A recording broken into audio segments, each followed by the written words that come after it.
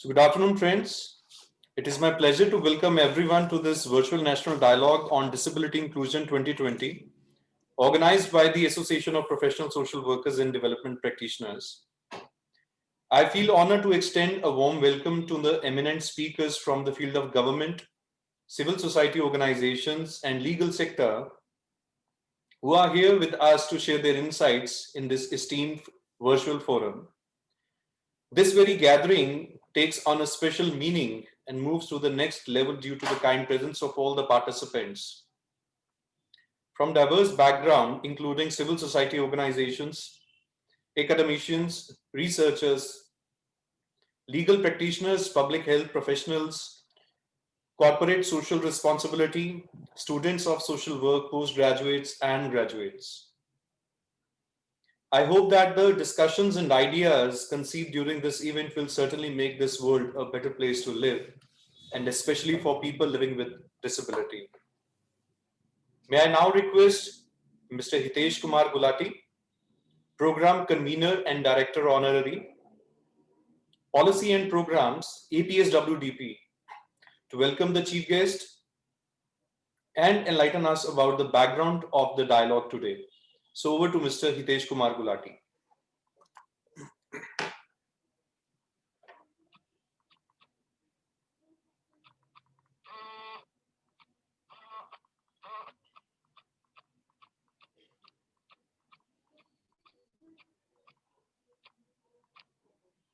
Thank you, Dr. Sumit Arora.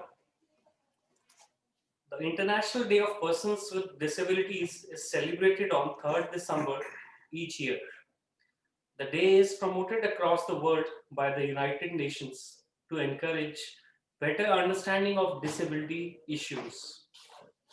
Disability inclusion is essentially required to upholding the rights of people living with disability, as they are often the victims of social exclusion. The growing ubiquity of disability category is a long history of oppression. Persons with disability are more likely to be victim of violence, discrimination, rape, less likely to receive legal protection, more likely to be excluded from mass education and underrepresented politically, and more reliant upon benefits of charity. Even their presence raises debates about the quality of life.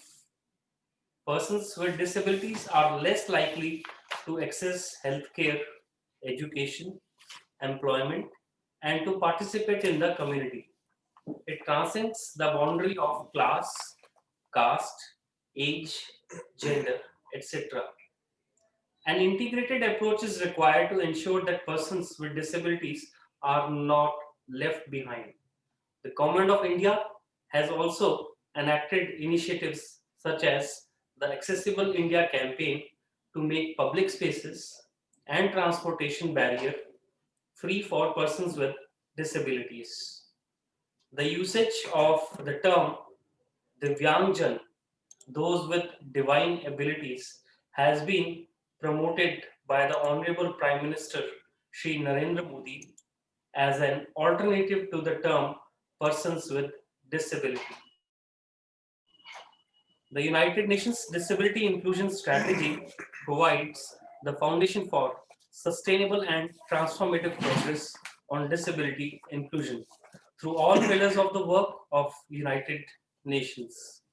Through the strategy, the United Nations systems reaffirms that the full and complete realization of the human rights of all persons with disabilities is an inalienable, integral, and indivisible part of all human rights and fundamental freedoms.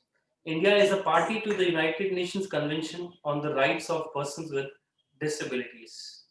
Legislation that affects people with disabilities in India includes the Rights of Persons with Disability Act 2016, the Mental Health Care Act 2017, the National Trust Act 1919, and the Rehabilitation Council of India Act 1992.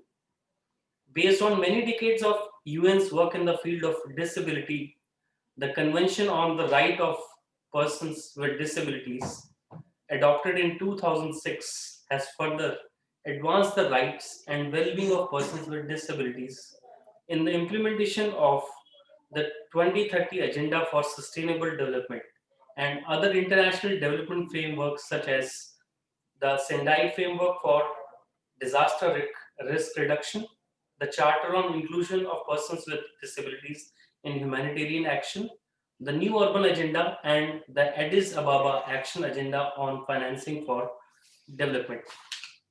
The UNESCO has marked International Day of Persons with Disabilities with a week-long program from November 25th to 3rd December 2020 under the theme Building Back Better towards an inclusive, accessible, and sustainable post-COVID-19 world by, for, and with persons with disabilities. UNESCO also aims at organizing a global awareness raising campaign, Tell Our Stories, Enable Our Rights, on its official social media channels, focusing on the impact of the COVID-19 pandemic on people living with disabilities and on the immediate response to the crisis through open, inclusive, and innovative use of digital solutions, tools, and resources. Association of Professional Social Workers and Development Practitioners is committed to work on the empowerment of persons with disabilities. APSWDP, which is Association of Professional Social Workers and Development Practitioners, is a professional association which has been conferred special consultative status under the United Nations Economic and Social Council and has also been affiliated with the United Nations Department of Global Communications. With 3 years of dedication in extending support to evolving wheelchair cricket in the country, a total of 8 states have finally registered their own wheelchair cricket associations under Wheelchair Cricket Federation of India under the mentorship and guidance of Mrs. Rekha Trivedi, a social activist and Secretary General APSWDP. A network of more than 1,000 PWDs, persons with disabilities, has been evolved gradually across the country. Today, she will be represented by Dr. Om Kumar Netam and Mr. N.M. Vijay, founder Chhattisgarh Wheelchair Cricket and Karnataka Wheelchair Cricket. Today in the dialogue, and will come to know about inspiring journey. The celebration of International Day of Persons with Disability is a way forward to ensure social inclusion and immediate response at national and international level. The purpose of planning the virtual National Dialogue on Disability Inclusion 2020 is to reduce the gaps the global crisis of COVID-19 has created by deepening pre-existing inequalities and exposing the extent of exclusion.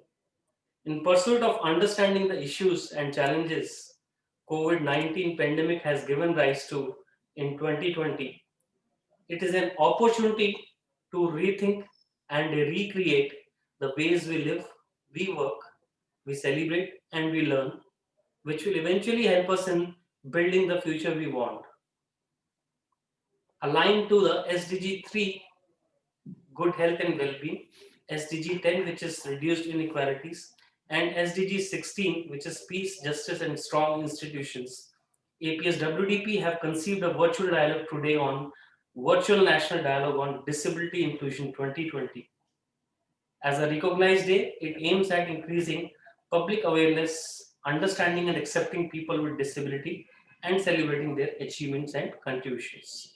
We feel privileged to witness the deliberations from our chief guest, Mr. Mahavir Singh Ehlawat, and distinguished panelist, Mr. Rajeshwar Singh, Advocate Gautam Bhardwaj from legal sector, and Dr. Om Kumar Netam and Vijay M. Manjunathan from wheelchair cricket background. With this, may I now request, I'll just introduce our chief guest of the dialogue today, Mr. Mahavir Singh Ehlawat. Mr. Mahavir Singh is LLB and LLM from Punjab University, Chandigarh. He is from Judicial Services Haryana cadre.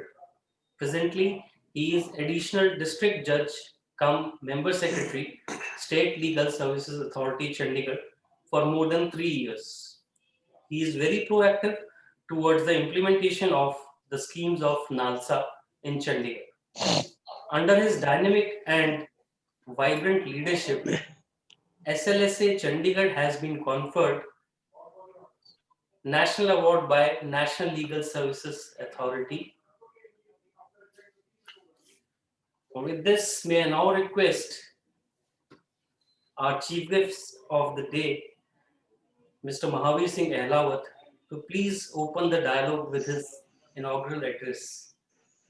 और Mahavir sir, आपके inaugural address से पहले मैं request करूंगा सारे participants को कि अपना वो माइक को म्यूट रखें. अरविंद जी, प्लीज मेरी आपसे भी दरखास्त है कि माइक को म्यूट रखें ताकि हम सबको सर को सुन पाएं और बाकी जो हमारे स्पीकर्स हैं उनको भी सुन पाएं. अरविंद जी, आपको रिक्वेस्ट है, दरखास्त.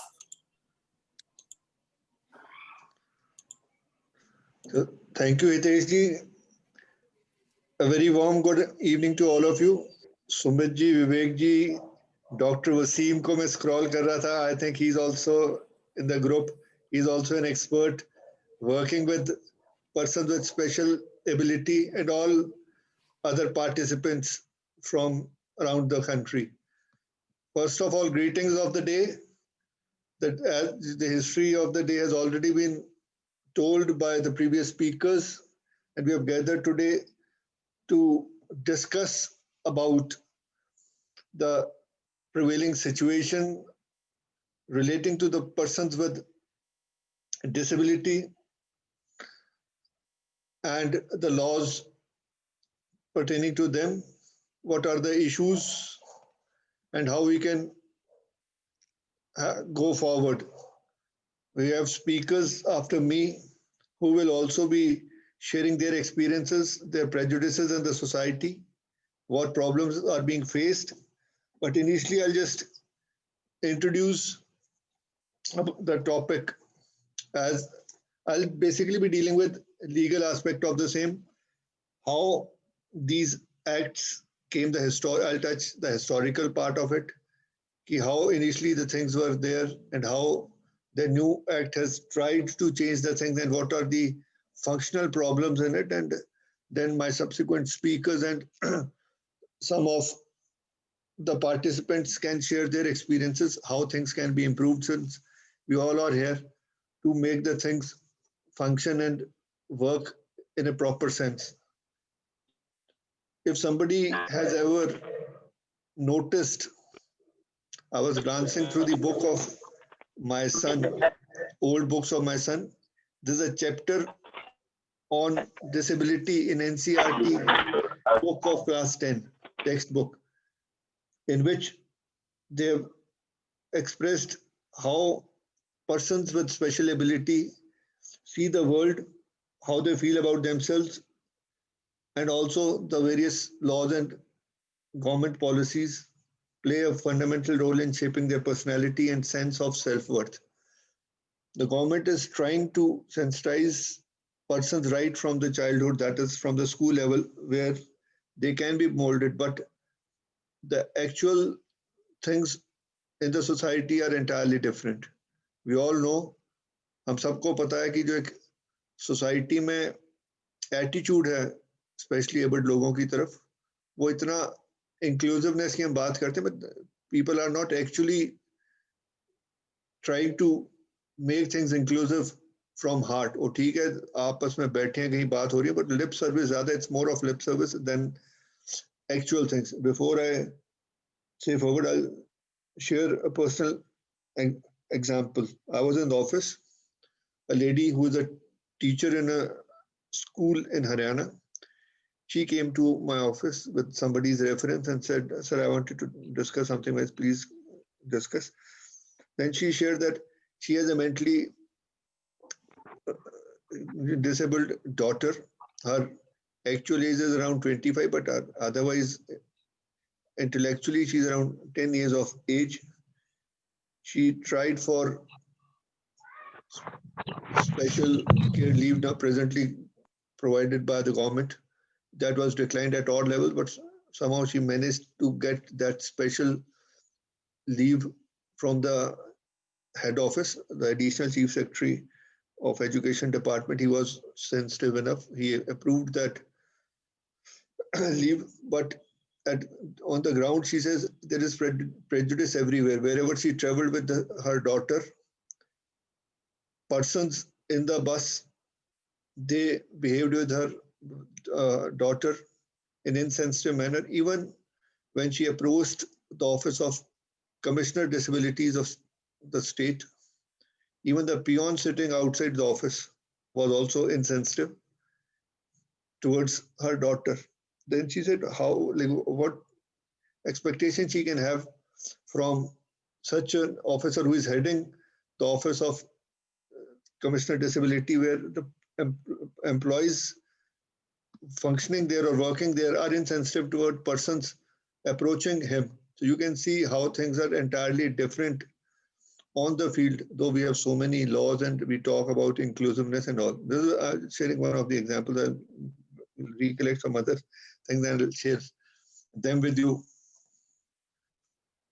So if we study historically, सबसे पहले जब दया वाली बात थी, अभी भी हमारे दिमाग वहीं पे आते हैं कि हम जब किसी भी स्पेशली एबल्ड लोग को, बच्चों को देखते हैं, तो हम उनको एक दया भाव से देखते हैं. कभी हम बराबर के दर्जे से कभी सोचते नहीं. तो यही चीज शुरू में थी, जो इनिशियल अप्रोच थी.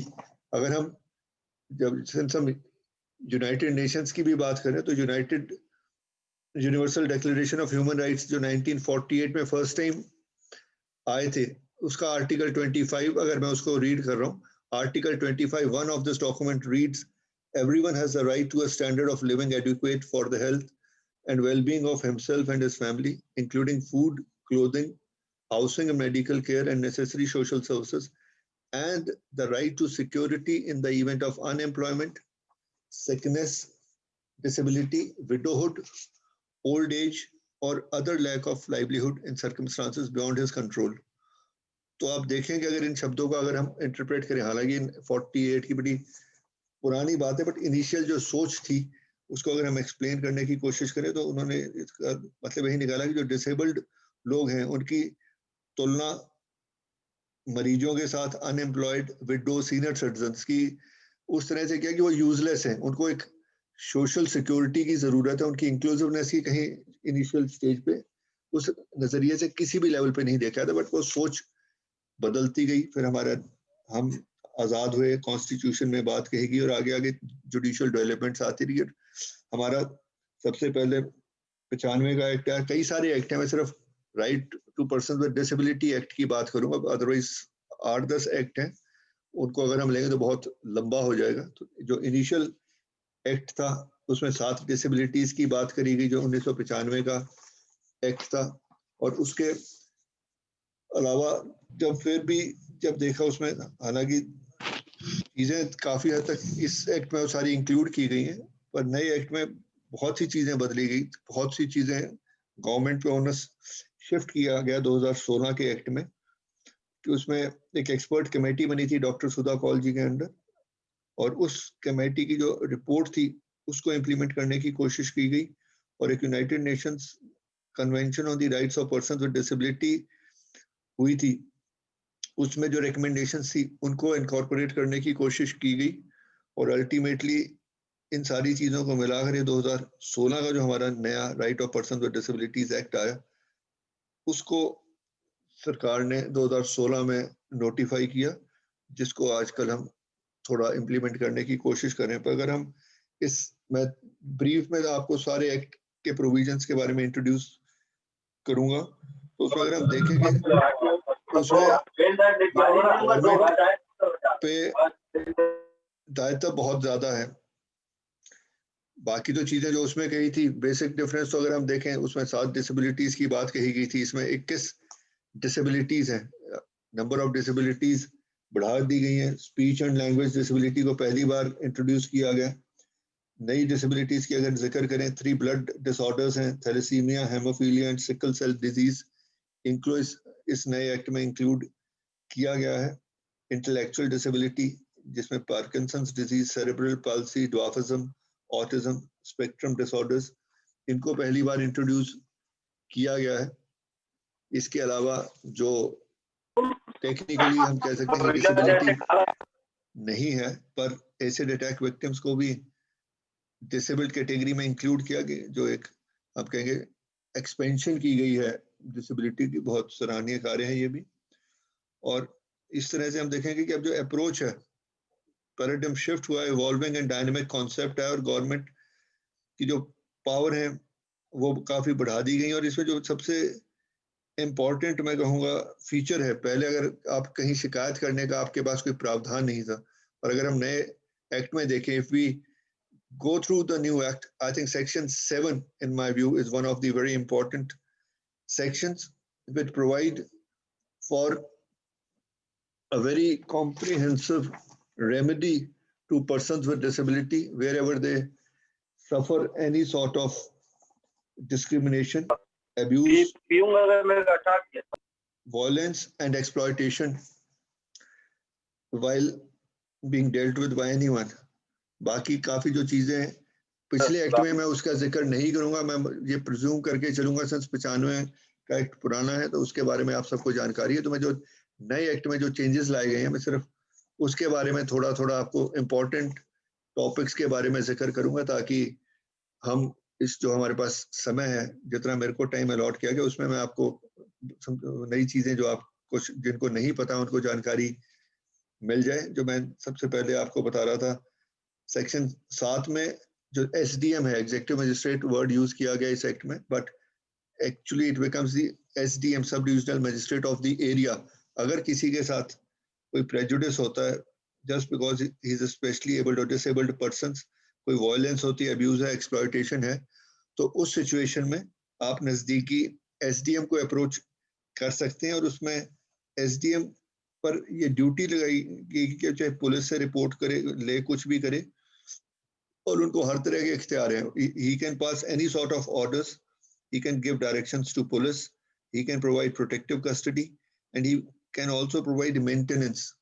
और एक बहुत ही मैं कहूँगा सराहनीय इनिशिएटिव है, there's a very good initiative in this section कि जो सफरर है या विक्टिम है, a person on his behalf, some NGO working for disabled persons can also approach the court of SDM in case the victim himself or herself is unable to approach to seek remedy or relief.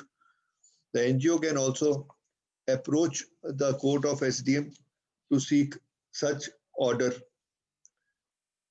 उसके अलावा अगर आप police station में जाएंगे, अगर nearest police station, even जो police act के मुताबिक पुलिस ऑफिसर की भी ड्यूटी है कि वो आपकी कंप्लेंट सुने और आपको बताए कि आप एसडीएम कोर्ट पे जा सकते हैं, और उसके पास लिस्ट भी होनी चाहिए कि जो बताएं कि आपके एरिया में, उस एरिया में कौन कौन से एनजीओज स्पेशली एबल्ड लोगों के लिए कार्य कर रहे हैं, ताकि अगर आपको मदद चाहिए, if you need help of any NGO, they should provide you about that also.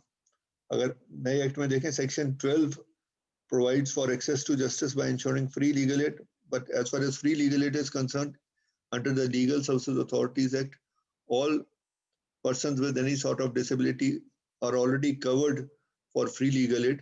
It's overlapping. We already provide free legal aid to all these specially abled persons under the Legal Services Authorities Act also. इसके अलावा हम बात करें तो benchmark disability की बात की गई है जब हम सर्टिफिकेशन की बात करते हैं, बट बेंचमार्क डिसेबिलिटी इतनी स्पेशल डिफरेंस नहीं आता, बट इसमें एक पीछे एनेक्शर है जिसमें सारी मैंने 21 डिसेबिलिटीज का जिक्र किया, उसकी डेफिनेशन है कि कौन कौन सी डिसेबिलिटीज हैं। तो उन्होंने कहा कि बेंचमार्क डिसेबिलिटी जहां परसेंटेज नहीं बता रखी उस लिस्ट में जो पीछे इसके साथ हमारे एक्ट के एंड में जो एनेक्शर है, तो वहां वो 40% मानी जाएगी। In case the disability listed in the annexure is not providing the percentage of assessment of disability, then 40% disability shall be considered as benchmark disability। मंजूनाथन जी, और इसके अलावा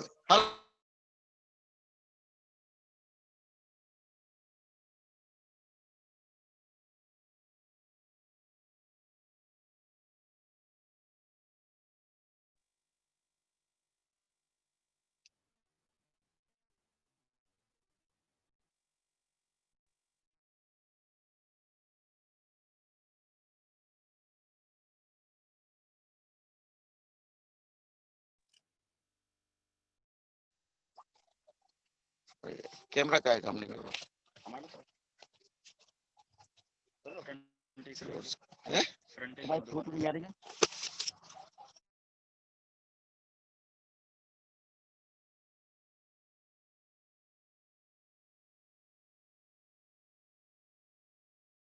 हाँ, ये तो हो गया, ये तो आ गया।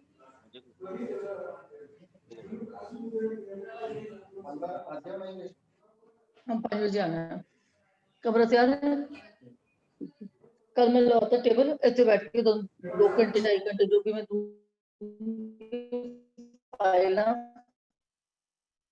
पहले एप्लीकेशन सेट करनी है, मतलब सब्जी वक्री करनी और सारा दस दूंगी मैं किस तरह कर।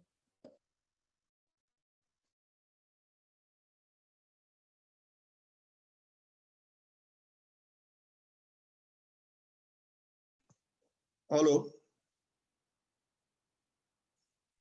Hello Yes, sir. We can hear you, आवाज sir. बीच में शायद मैं म्यूट हो गया था जब आपने सबको किया शायद। Yes, sir. Yes, sir. Yes, लग sir. रहा था मुझे कितनी देर का मिस हुआ है कहाँ तक सुन लिया था? Sir, just 1 minute before. Like you can अच्छा continue फिर तो with. ठीक है। आई थिंक कौन सा सेक्शन Yeah. में डिस्कस कर रहा था? आई थिंक सेक्शन Strict बोल 9 में We कर have चुका removed हूँ। 4 persons. We will remove others also. Yes, sir. Announce करो पहले. So you can continue with your क्योंकि delivery. मैंने सेक्शन 7 डिस्कस कर लिया था, एसडीएम कोड के बारे में जिक्र कर दिया था, वो आप सेक्शन सबने सुन लिया था। सेक्शन 12 चलो था। मैं सेक्शन 12 लीगल सर्विसेज के बारे में बता रहा था कि लीगल सर्विसेज अथॉरिटीज एक्ट में भी कवर होता है और यहाँ भी फ्री लीगल Yes. एड की बात कही गई है, ये भी कवर हो गया था Yes, sir. Yes, sir. जी। तो आगे इसमें लीगल कैपेसिटी की बात की गई है। अगर पहले Sir. जिक्र करें तो हमें Sir. कोर्ट से ऑर्डर लेना पड़ता था, बट Sir. इसमें आप जी सर सॉरी सर, आपको इंटरप्ट कर रहे हैं सर, एक छोटी सी अनाउंसमेंट करनी है सर। हाँ प्लीज कोई भी पार्टिसिपेंट अगर अपना माइक को अनम्यूट करता है उसको हम रिमूव कर देंगे इस फोरम से। हमने 2 लोगों को ऑलरेडी रिमूव कर दिया है यहाँ से। I think sir. जो भी आप चैट बॉक्स में क्वेश्चंस या क्वेरीज आप डालते रहे, हम एंड में ले लेंगे। अगर जो भी आपकी इश्यूज हैं हम Yes, लास्ट sir. में डिस्कस कर लेंगे all of Yes, us. sir. Yes, sir. Yes, sir. I think that will be a better option की हालांकि हम बीच में भी सुन सकते हैं, बट उसमें खत्म नहीं हो पाएगा बिकॉज स्पीकर्स बढ़िया मेरे बाद भी बहुत हैं। Sir. इट्स बेटर कि हम टाइम कम वेस्ट करें। नहीं जी सर। जी प्लीज सर ये सर आप कंटिन्यू करिए सर प्लीज। जी। तो जैसे मैं बता रहा था, अब हम इसमें बात वहीं आगे कि हम इंक्लूसिवनेस की जब बात करते हैं तो इसमें लीगल कैपेसिटी मानी गई कि आप अपनी प्रॉपर्टी के बारे में, हर चीज के बारे में खुद डिसीजन ले सकते हैं। बैंक्स वगैरह ये नहीं कह सकते कि आप कोर्ट से ऑर्डर लाएं, कोई गार्डियन अपॉइंट करवाएं। आप इस नए एक्ट में और सारे पिछले एक्ट में इस तरह की वो थी, बट इसमें सारा कंट्रोल आपके फाइनेंशियल डिसीजंस पे, हर चीज पे आपका अपना अधिकार रहेगा। जो आप अपनी प्रॉपर्टी से डील करते हैं, आपने कोई लोन लेने, मतलब आपको इस करके कोई हैंडीकैप नहीं माना जाएगा। बैंक अथॉरिटीज या कोई अथॉरिटी आपको मना नहीं कर सकती कि आप ये डिसीजन नहीं ले सकते, आप कोर्ट से ऑर्डर लेके आइए। एक बहुत ही मैं कहूँगा बढ़िया इंप्रूवमेंट है इस न्यू एक्ट में। जो स्पेशल सेक्शन है सेक्शन 13 और 14, जिसमें सिर्फ लिमिटेड गार्डियनशिप, अगर आपको कहता है कि अगर आप किसी को कोर्ट ऑर्डर कराना चाहते हैं एक पर्टिकुलर पर्पस के लिए, तो सिर्फ उसी पर्पस के लिए उतना ही रोल रहेगा जो आपका गार्डियन बनेगा। उससे बाकी जितने डिसीजन है आप खुद ले सकते हैं, अपने बारे में, अपनी प्रॉपर्टी के बारे में, किसी भी चीज के बारे में। इसके अलावा में अगर हम बात करें सेक्शन 17 में सर्वे की बात की गई है बच्चों में। तो शुरू में है कि एक्ट नोटिफाई होने के 2 साल के अंदर विद इन 2 years एक सर्वे होना जरूरी है स्कूल लेवल पे, ताकि इनिशियल स्टेज पे children with disability could be identified, and if they have those sort of disability which can be cured, they can be provided treatment, and thereafter such surveys should be conducted after every 5 years. ये government में जो मैं कह रहा हूँ बहुत सारी responsibilities इस एक्ट में गवर्नमेंट के ऊपर जो आई हैं ये हैं। इसके अलावा कुछ इस तरह का प्रावधान पिछले एक्ट में भी था और इसमें भी section 20 talks about non-discrimination in employment. In case a person who is employed gets some sort of disability during environment, he can't be removed from service and no prejudice can be caused to him. He'll have to be kept in the job. In case the job he was doing is not suitable for him, they'll shift him to some other assignment, but that assignment will not prejudice his salary or other service conditions in any manner, and in case there is no suitable post on which he can be posted or his services can be utilized, then a supernumerary post will be created in the office so that the person continues in the employment till his retirement. Though it will be applicable only in the government sector, but it is specifically provided in Section 20 of the new Act. And I'll, in the end, refer to a few case law. I'll also cite some judgments of High Court and Honorable Supreme Court on these points. अगर हम आगे चलें तो इसमें social security health care की बात की गई है, rehabilitation recreation of person with disabilities की बात की गई है, गवर्नमेंट पे हर जगह बैरियर फ्री चीजें और जहां जहां इंफ्रास्ट्रक्चर में चेंजेस आने चाहिए वो चेंजेस लाएंगे. अगर हम पढ़ाई की बात करें, I think this must be in the knowledge of all the participants that in examinations, all sort of examinations, 20 minutes extra are given for each 1 hour of competitive exam or any final exam. So if exam is scheduled for 2 hours, persons with any sort of disability will be provided 40 minutes extra, 20 minutes extra for each hour of the exam. And besides, accessibility की बात करें, मैं किसी और webinar में था, there was Commissioner Disability Government of India also in that program.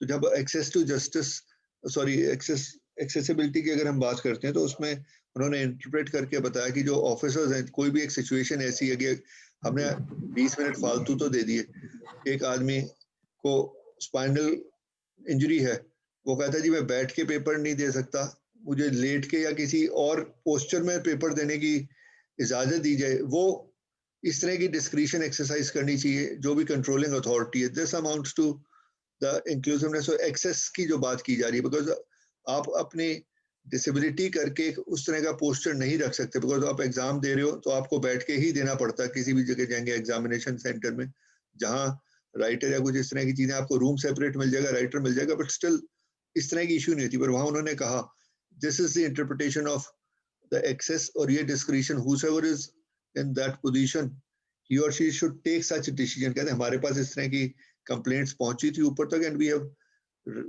Written an advisory letter कि इस तरह की आप चीजें हम तक ना पहुंचाइए, आप डिसीजंस लीजिए. बिकॉज एक आदमी को उसकी प्रैक्टिकल डिफिकल्टी, उसमें हर चीज ब्लैक एंड व्हाइट में परसीव नहीं की जा सकती जिस टाइम कानून बनते हैं. उस चीज के लिए ओपन ये बातें छोड़ी गई हैं कि जो भी कंट्रोलिंग अथॉरिटी है, he or she should take the practical problem of the person with disability in a given situation and should give all the discretion which is practically needed for whatever type of help is needed by a person with disability. Similarly, the government is required to provide technical assistance. अगर books braille में करनी है, audio recording है, hearing impaired के लिए हर चीज का उन्होंने कहा कि the government has to do it. Special playgrounds का है, ramps बनेंगे, आपके tiles लगेंगी visually impaired के लिए सारी buildings में. और अगर हम बात करें बाकी चीजों की, सिंस हम व्हीलचेयर क्रिकेट प्लेयर्स हमारे साथ जुड़े हुए हैं, इनके लिए अभी तक जो हर फोरम पे मैं बात करता हूँ, कोई एटीएम ऐसा नहीं बना जिसमें व्हीलचेयर एंटर कर सके. मैंने जहां भी, मैं आरबीआई के ऑफिशियल्स भी थे एक फंक्शन में, मैंने उनकी नॉलेज में भी लाया कि they should write an advisory to all the banks that wherever they have ATMs, उसकी अब जो गेट्स हैं इतने बड़े कीजिए कि अगर कोई व्हीलचेयर पे आकर एटीएम पे ऑपरेट करना चाहता है खुद, that should be done. Otherwise रोज हम अखबारों में पढ़ते हैं कि फ्रॉड हो रहे हैं. एक आम आदमी जो पूरा फुली सेंसिबल आदमी है, उनके साथ फ्रॉड हो रही है. अगर आप किसी और को कहोगे मेरे बिहाफ पे पैसे निकाल के दो, तो 99% there are chances that a cyber crime can take place with a person if you rely on someone else.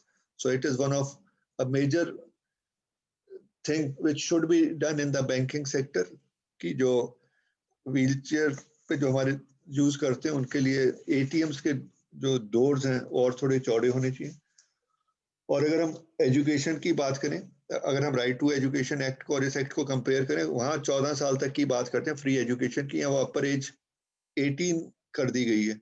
And उसमें जो एक इम्पॉर्टेंट चीज है, आई थिंक अगर किसी ने नोटिस नहीं की, अगर हम राइट टू एजुकेशन में सिर्फ बात है कि आपको गवर्नमेंट की ड्यूटी है, they have to provide admission to the student under the right to education act, they can't deny. और वो कहते हैं इस स्कूल में एडमिशन ही आप दूसरे में ले लो, बट इसमें school of choice word use किया गया। अगर हम राइट टू एजुकेशन के चैप्टर्स को अगर हम इस एक्ट में बात करें तो उसमें बात हो रही है कि आप अपने पसंद के स्कूल में एडमिशन ले सकते हैं और गवर्नमेंट को देनी चाहिए। अब मैं इस प्रोग्राम से पहले Chandigarh commission for protection of child rights ने भी एक प्रोग्राम रखा था, उसमें मैं था, उसमें चंडीगढ़ एडमिनिस्ट्रेशन के काफी लोग आए हुए थे, जिसमें एजुकेशन डिपार्टमेंट से भी लोग आए हुए थे। उन्होंने भी ये चीज कही, as far as Chandigarh is concerned, वो कहते हैं हम उस स्कूल में एडमिशन देते हैं जहां वो अपने नजदीकी स्कूल में कहीं भी वो कहते हैं, government sector, not in private.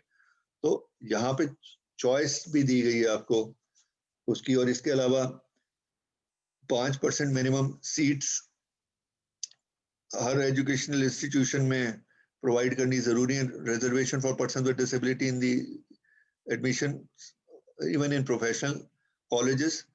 और एज रिलैक्सेशन की बात की गई है, 5 साल अपर एज, जहां भी अगर एज लिमिट है 5 साल, वो अपर एज रिलैक्स करेंगे। और इस पे जजमेंट है ऑनरेबल सुप्रीम कोर्ट की कि मेडिकल MBBS एडमिशंस का केस था जिसमें एडमिशन नहीं दी थी नए एक्ट में है, तो ऑनरेबल सुप्रीम कोर्ट ने डायरेक्शन दी कि जब ये डिसेबिलिटी एक्ट आ गया, it will override the MCI guidelines. अगर MCI गाइडलाइंस कहती हैं अगर विजुअली इम्पेयर्ड है, उन्होंने किसी पर्टिकुलर कैटेगरी को कहा था कि हम एडमिशन नहीं देंगे, तो उन्होंने कहा MCI गाइडलाइंस में कुछ भी हो, that this act will override all other rules or regulations framed by any organization. तो उसमें डायरेक्शन दी थी कि they should provide admission to that person who had approached Supreme Court for admission in the medical courts. Similarly, एक और case में बात चली थी, एंड में इसमें कुछ सेक्शन हैं जहां पे पनिशमेंट की बात कही गई है। कहते जो स्टैट्यूटरी राइट्स इसमें प्रोवाइड किए हैं, 5% एडमिशंस की बात कही, अगर कोई स्कूल या कोई ऐसी चीज है उसको वायलेट करता है, then you can initiate, supreme court ने डायरेक्शन दी कि the persons can initiate criminal proceedings under दो sections provided under this act. तो इसी तरह रिजर्वेशन की बात की गई, और इसमें जो एक बहुत ही इंटरेस्टिंग और मैं कहूँगा सराहनीय काम किया गया कि 5% रिजर्वेशन इन प्राइवेट सेक्टर की बात की गई, but for that it is not, I will say, a right. उसमें गवर्नमेंट पे एक ड्यूटी लगाई गई है कि they will provide incentive to the private sector so that they can give employment to at least 5% of their cadre of employees to persons with disability by identifying which persons of which category of disability can be given employment for which particular type of assignment. Like Lemon Tree is one of the chains of hotels जो promote करता है persons with disabilities को, और भी कई organisation हैं जो already provide कर रही हैं हेल्प। बट इस एक्ट में अगर हम बात करें गवर्नमेंट पे कि ड्यूटी दी गई है कि they'll provide incentive to the private sector so that they can also absorb persons with disabilities in their employment. इसके अलावा अगर हम और बात करें, स्पेशल एम्प्लॉयमेंट एक्सचेंजेस की बात कही गई है इस नए एक्ट में कि वो उनका काम सिर्फ ये है कि हर डिपार्टमेंट गवर्नमेंट ऑफ के जितने भी सरकारी डिपार्टमेंट में उसमें आइडेंटिफाई करेंगे कि जो रोस्टर पॉइंट है उतने % डिसेबिलिटी की पोस्ट मिल रही है नहीं मिल रही है, और उसमें फिर आइडेंटिफाई करेंगे। जैसे 3 कैटेगरीज को 1% दी गई है, फिर मल्टीपल डिसेबिलिटीज को आगे क्लब कर दिया गया कि कौन सी पोस्ट किस कैटेगरी ऑफ डिसेबिलिटी को सूट करेगी, ताकि वो रोस्टर पॉइंट जो 5% है उसको भी प्रैक्टिकली इम्प्लीमेंट किया जा सके कि वो पोस्ट ढंग से डिस्ट्रीब्यूट हो, कि किसी को दिक्कत ना आए, ना एम्प्लॉयर को ना एम्प्लॉय को, जब वो प्रैक्टिकली उस चीज को हम इम्प्लीमेंट करें। उस चीज के लिए स्पेशल एम्प्लॉयमेंट एक्सचेंजेस की बात कही गई है इसके एक्ट के अंदर।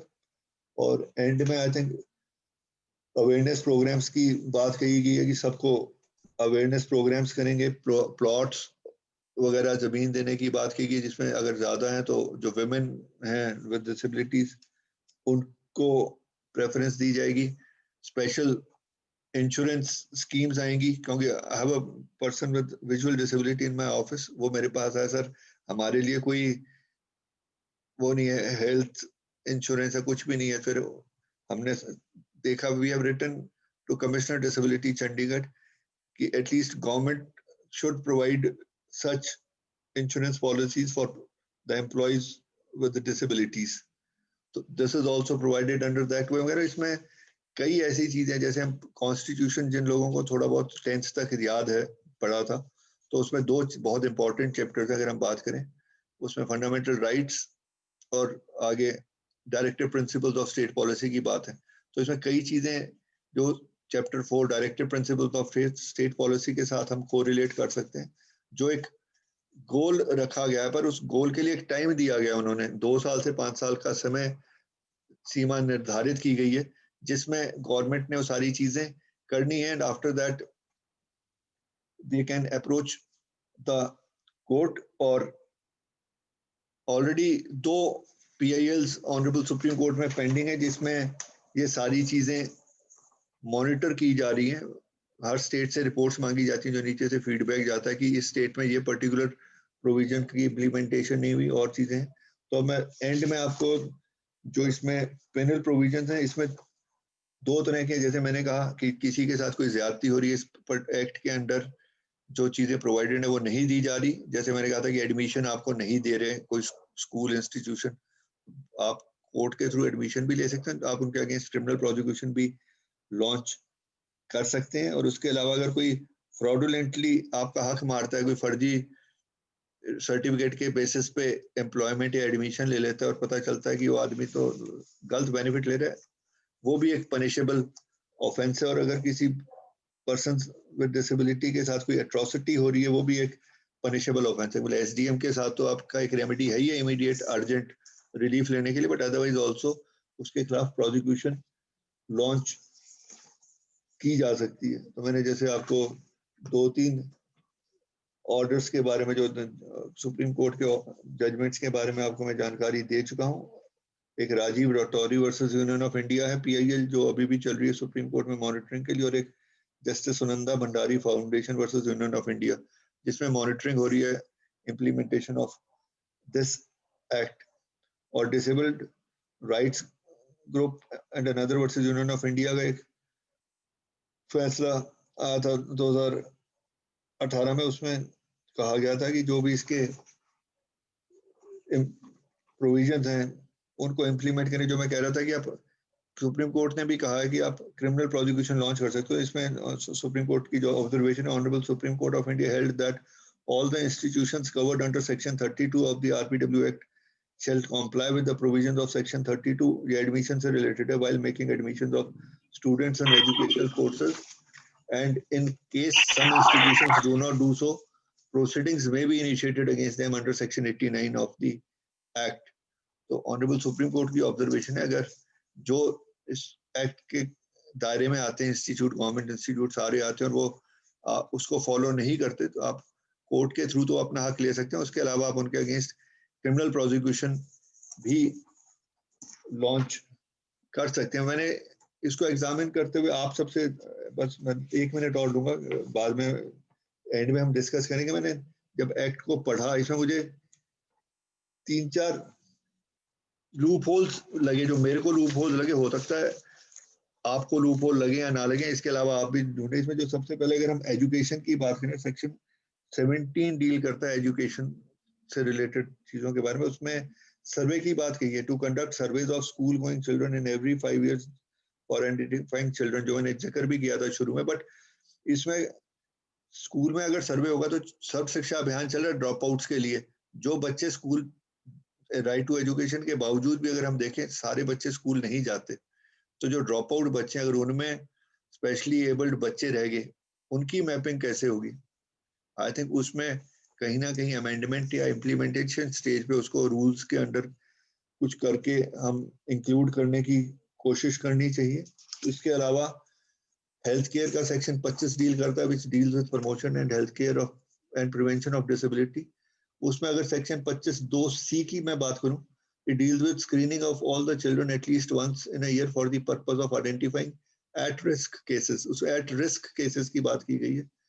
अगर हम इसको follow up and maintaining record से भी ऐड करें, इंटरप्रिटेशन में जोड़ लें कि फॉलो अप आसान हो जाएगा, कि हमने एक बार मैपिंग तो कर ली, तो अगर उनको फॉलो अप भी करें कि जो आपने आइडेंटिफाई कर लिया, तो आगे आपने किया क्या, और उसका एक प्रॉपर रिकॉर्ड मेंटेन हो, इसको भी हम इम्प्लाइड वे में पढ़ लें तो आई थिंक अच्छा रहेगा। और इसी तरह अगर हम सेक्सुअल और रिप्रोडक्टिव हेल्थ केयर की बात करें तो उसमें genetic counselling for prevention of disability भी जरूरी है। इसके बारे में भी प्रैक्टिकली सोचना चाहिए। और स्किल डेवलपमेंट एंड एम्प्लॉयमेंट का जो चैप्टर है उसमें मेरे ख्याल से 2 एस्पेक्ट देखने चाहिए कि वही जैसे मैं अभी आइडेंटिफिकेशन ऑफ जॉब्स की स्पेशल एम्प्लॉयमेंट एक्सचेंज के सिलसिले में बात कर रहा था। Identification of jobs which can absorb subjects with disability judiciously and ensuring equivalence of wages at par with the non-disabled in all sectors need attention। क्यों आता कि कहीं ना कहीं प्रेजुडिस रहता है, सरकारी उसमें ना दी, प्राइवेट उसमें आपको सैलरी बराबर नहीं देते। वही रहम वाली बात कहीं ना कहीं रहती है। प्राइवेट सेक्टर में सेंसिटाइजेशन की बहुत भारी जरूरी है सारे उसमें। और रेजोल्यूशन ऑफ जॉब्स में भी वही है कि अगर हम आइडेंटिफाई कर लें कि जहाँ मल्टीपल डिसेबिलिटी को 1% दिया गया है, intellectual disability, learning disability, autism वगैरह, तो उसमें भी उनके लेवल्स, किस लेवल तक की डिसेबिलिटी वाले को हम एब्जॉर्ब कर सकते हैं और उनमें भी वो एक पर्टिकुलर पोस्ट किस कैटेगरी ऑफ डिसेबिलिटी के लिए ठीक रहेगी। तो इस तरह के कुछ छोटे छोटे इश्यूज आई थिंक इसकी इम्प्लीमेंटेशन और कोर्ट की इंटरप्रिटेशन आगे आती जाएंगी। तो एंड में सिर्फ ये 2 लाइनों के साथ मैं कंक्लूड करना चाहूंगा। जस्ट थॉट कि just because someone lacks the use of their eyes, it doesn't mean they don't have a vision, and just because somebody lacks the use of their legs doesn't mean they won't go far. Thank you.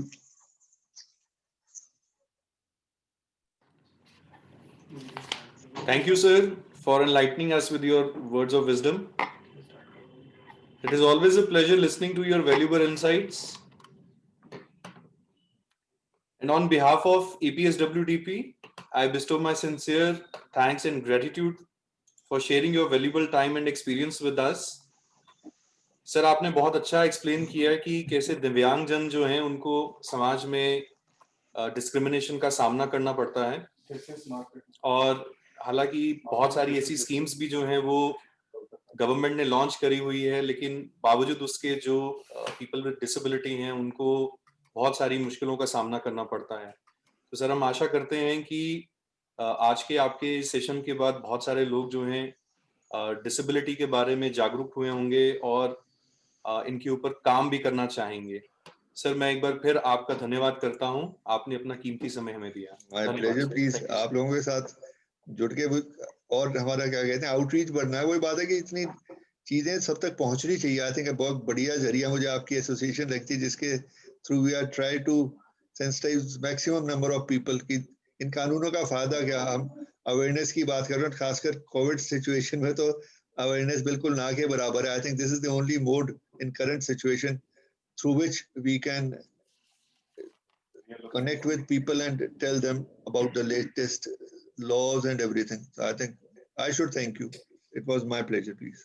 Sir, it's your magnanimity, sir. आपकी mentorship के under sir हम बहुत कुछ सीख रहे हैं sir, और हम ये भी सर आपसे रिक्वेस्ट करेंगे कि सर आप हमें ज्वाइन करें sir as a emeritus member इस एसोसिएशन में सर, और हम लोग भी आपसे बहुत कुछ सीखेंगे सर आने वाले समय में sir. Please, thank you. Thank you so much, sir. Thank you. Friends, now I would like to introduce our panelist. We have with us Mr. Rajeshwar Singh. We have with us Advocate Gautam Bhardwaj. We have with us Mr. Vijay Manjunatham and Dr. Om Kumar Netham.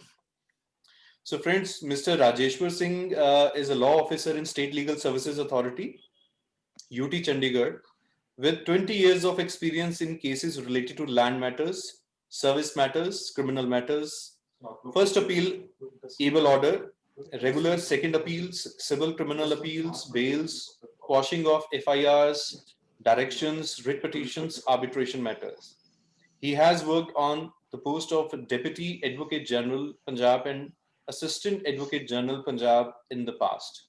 Mr. Rajeshwar been carried awareness by delivering lectures in the programs, awareness seminars organized by authority, and also shares his knowledge as resource person for various organization and non-governmental organizations. So we welcome you, Mr. Rajeshwar, to this esteemed forum. Thank you, Mr. Sumit. So we have with us Mr. Advocate Gautam Bhardwaj.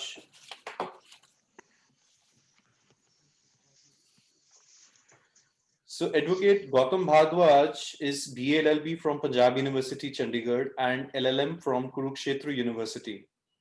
He is an impaneled lawyer with State Legal Services Authority, Chandigarh, as well as District Legal Services Authority, Chandigarh. He is a former co-opted member of Bar Council for the states of Punjab and Haryana. He is also a consultant with Chandigarh Commission for Child Protection Right and a regular visitor to Model Jail, Chandigarh. Advocate Gautam is having deep understanding of range of society and community-related issues. He was bestowed with National Award as a Best Panel Lawyer by National Legal Services Authority. He's an active member of APSWDP and a visiting guest faculty for various institutions routed through State Legal Service Authority, Chandigarh. We welcome you, Advocate Gautam Bhardwaj, to this esteemed forum. We have Mr. Manjunatham with us. Mr. Vijay, post completing his engineering course with first class, joined a BPO that worked closely with specially abled people and was actively involved in social causes. He was working on a project involving Greenpeace that dealt with saving the forest in India and across the world. Thereafter, he joined ANZ Banking Group Limited in year 2014, where the senior management at ANZ were kind enough to include him as an official photographer for ANZ events. He also became a part of Karnataka wheelchair cricket team, and in year 2018, his team won the South Zone Championships and were runner-up at the National Championships held in Delhi. His journey further continued with HSBC Data Processing Private Limited and with other non-governmental organizations, where he continued to create more awareness about disability and accessibility through various social activities. We welcome you, Mr. Vijay. We have Dr. Om Netam, who is a researcher in the field of agriculture economics from Indira Gandhi Krishi Vishwavidyalaya, Raipur, Chhattisgarh. He has represented the university cricket team as a captain and met first time wheelchair cricket players in Chandigarh through Wheelchair Cricket Federation of India. His president, Mrs. Rekha Trivedi.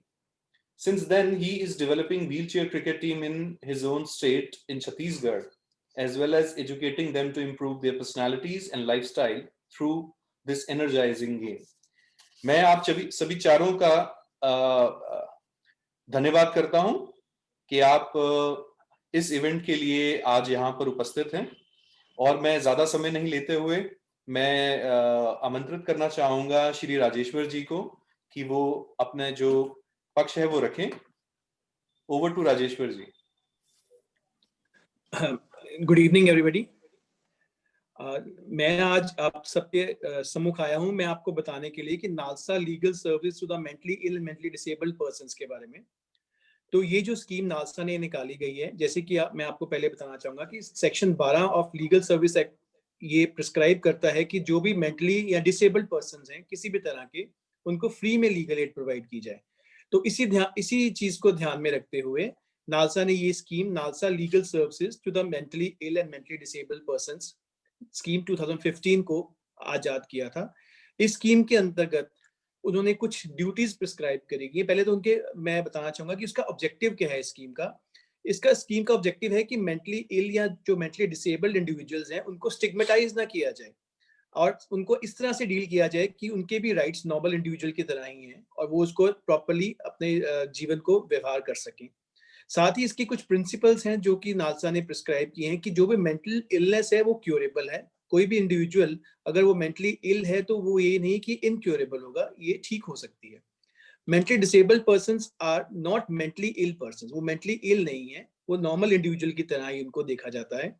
Mentally ill और mentally disabled persons are entitled to all human rights and fundamental freedoms.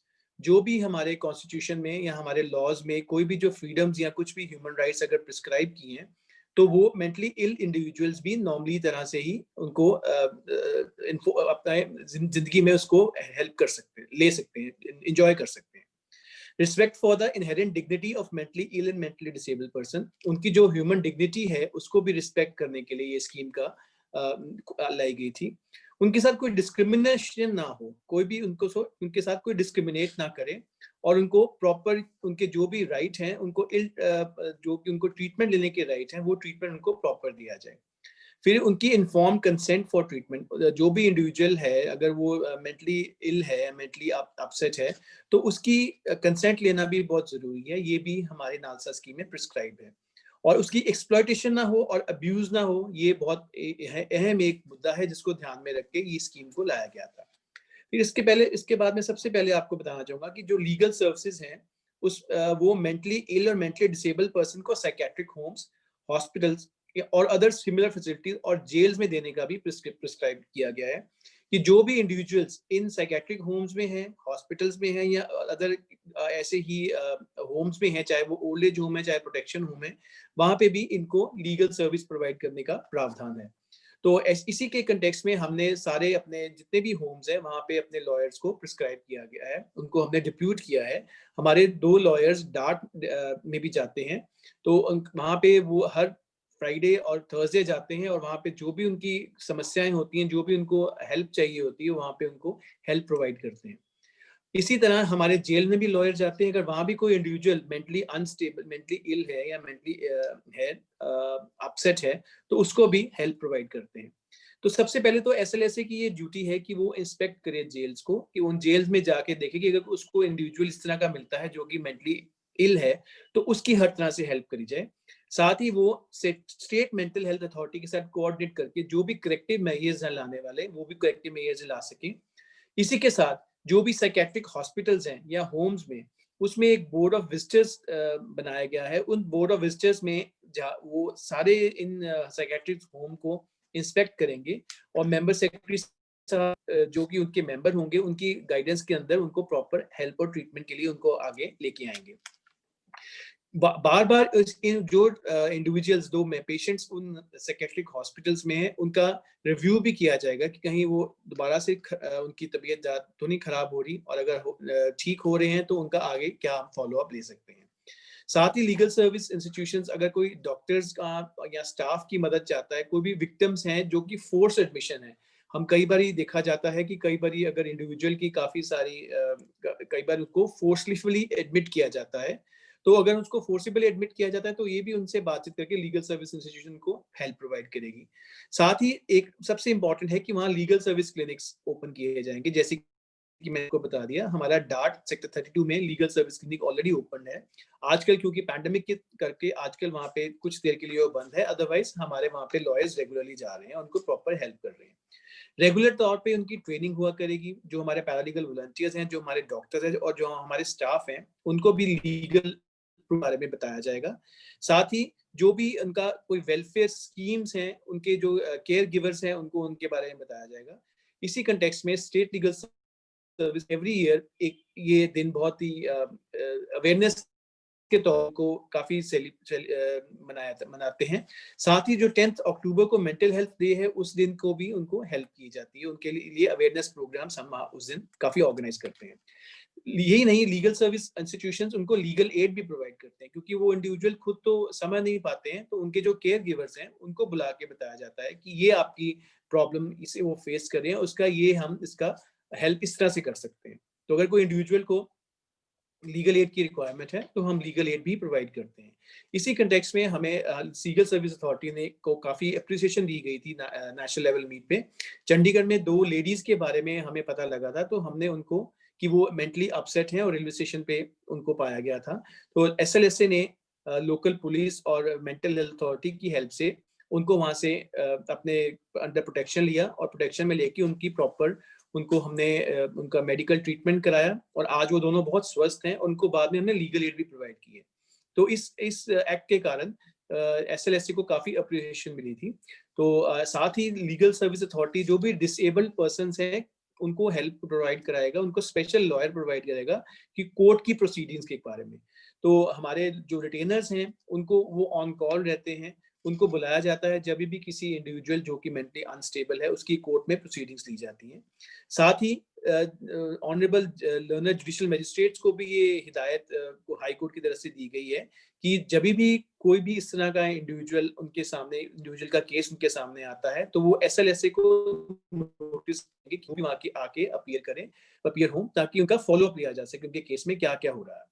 जो इसी के context में हमने अपने retainer lawyers को भी direction दी है कि वो भी उनको फॉलो अप करेंगे और साथ ही जो भी उनका रिव्यू है उसके केस को बार बार देखेंगे कि उसमें किस तरह की हेल्प की रिक्वायरमेंट तो नहीं है और उनको अप्रोप्रिएट टाइम पे हेल्प देंगे। लीगल सर्विस इंस्टीट्यूशन में जो भी पैरालीगल वॉलंटियर्स हैं उनको ये डायरेक्शन ये भी दी गई है कि आप रेगुलरली जाके उन पेशेंट्स को मिलेंगे और उनको हेल्प किस तरह की भी सोशल लीगल या कोई भी उनको हेल्प चाहिए तो उनको वो हेल्प प्रदान करेंगे। यही नहीं कि जो भी हमारे लीगल सर्विस क्लिनिक्स हैं हमारे वैसे तो चंडीगढ़ में काफी लीगल सर्विस क्लिनिक्स हैं अराउंड 21 पर आजकल पैंडेमिक के करके सिर्फ 11 लीगल सर्विस क्लिनिक्स ऑपरेशनल में हैं। इसके साथ साथ हमारे 3 लीगल सर्विस क्लिनिक्स हॉस्पिटल्स में भी हैं जैसे कि PGI में है, सेक्टर 16 में, सेक्टर 32 में, क्योंकि चंडीगढ़ का मेंटल हेल्थ अथॉरिटी सेक्टर 32 में प्रिस्क्राइब है तो वहाँ हमारे जो क्लिनिक में जो पैरालीगल वॉलंटियर्स हैं वो रेगुलरली इन जो पेशेंट्स है उनका हिस्ट्री का फॉलो अप रखते हैं, उनको किस तरह की भी आवश्यकता होती है, उनको किस तरह की भी हेल्प चाहिए होती है तो वो हर तरह से उनको हेल्प प्रदान करते हैं। अगर वो नहीं अपने लेवल पे कर सकते तो वो SLSA की हेल्प के जरिए उनको हेल्प सारी प्रदान की जाती है। जो भी प्रोसीडिंग्स हैं कोर्ट की उसका भी ध्यान रखा जाता है और उनके फैमिली वालों को उस केस के बारे में उनके प्रोसीडिंग्स के बारे में अप्रोप्रिएट टाइम पे उनको बता दिया जाता है। अगर किसी पेशेंट की कोई प्रॉपर्टी है और उसको कोई हथियाने की कोशिश कर रहा है उसके बारे में भी SLSA उनको हेल्प करता है। जैसे मैंने पहले अभी आपको बताया वो 2 सिस्टर्स की बात, उन सिस्टर्स को भी प्रॉपर्टी का एक इशू आया था तो उसमें भी SLSA ने आगे आके हेल्प की थी, उनको प्रोवाइड की थी हेल्प। जो भी इंडिविजुअल्स हैं अगर उनकी कोई अपील्स हैं, कोई उनका मैट्रिमोनियल केस है, कोई उनका जॉब के कंसर्निंग केस है उसमें भी SLSA उनको काफी आगे आके हेल्प करता है। साथ ही साथ उनको अवेयर करता है कि जो भी उनके बारे में सोशल वेलफेयर स्कीम्स हैं चाहे वो सोशल वेलफेयर डिपार्टमेंट के कंसर्निंग हो, चाहे वो मेडिकल डिपार्टमेंट के कंसर्निंग हो या कोई लेबर डिपार्टमेंट के कंसर्निंग हो, जो भी स्कीम्स फिजिकली हैंडीकैप या मेंटली हैंडीकैप इंडिविजुअल के लिए है तो वो उनको उसके बारे में अवेयरनेस क्रिएट करता है।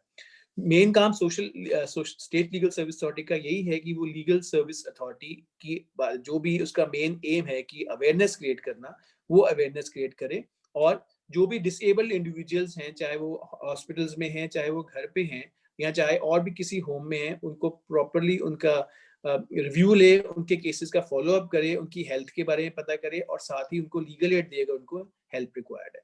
तो इसी के साथ SLSA एवरी रेगुलर इंटरवल्स पे ट्रेनिंग भी देता है, अपने PLVs को भी ट्रेनिंग देता है, अपने लॉयर्स को भी ट्रेनिंग देता है और इंटरैक्टिव प्रोग्राम्स रखता है ताकि अगर उनकी कोई प्रॉब्लम है उसके बारे में उनके साथ आमने सामने बैठ के बातचीत हो सके और उनको समस्या का समाधान कराया जा सके। इसी के साथ SLSA NGOs के साथ भी कोऑर्डिनेट करके रेगुलरली प्रोग्राम्स, अवेयरनेस प्रोग्राम्स लगाते हैं, जैसे कि आज हमने APSWDP के साथ ये प्रोग्राम कोऑर्डिनेट करके ये प्रोग्राम किया है ताकि हम ज़्यादा से ज़्यादा लोगों तक ये अवेयरनेस क्रिएट कर सके कि आज के दिन का महत्व क्या है और SLSA इसके कंसर्निंग क्या क्या काम कर रहा है।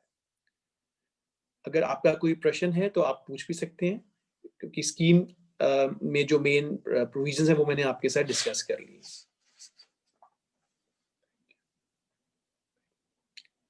Thank you so much.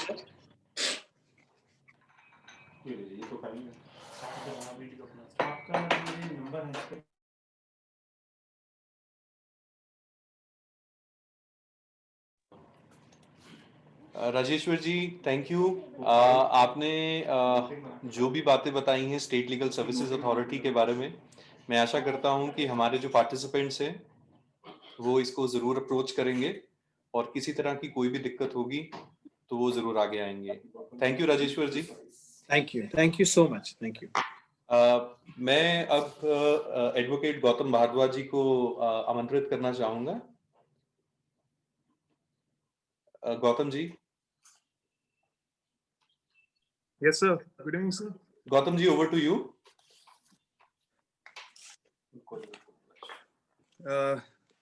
आप सभी को मेरा नमस्कार। मैं advocate Gautam Bhardwaj, panel lawyer, state legal services authority से, और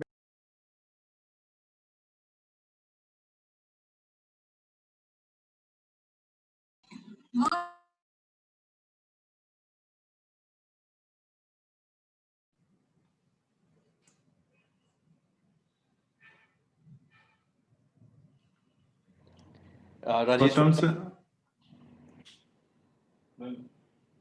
Gautam sir, can you unmute yourself, please? So am I audible now? yes, we can hear you. Okay. I'm sorry for the inconvenience. Okay, so good evening, everyone. I am Gautam Bhardwaj from State Legal Services Authority. I'm a panel lawyer, as well as I'm a member of this wonderful organization, APS-WDP.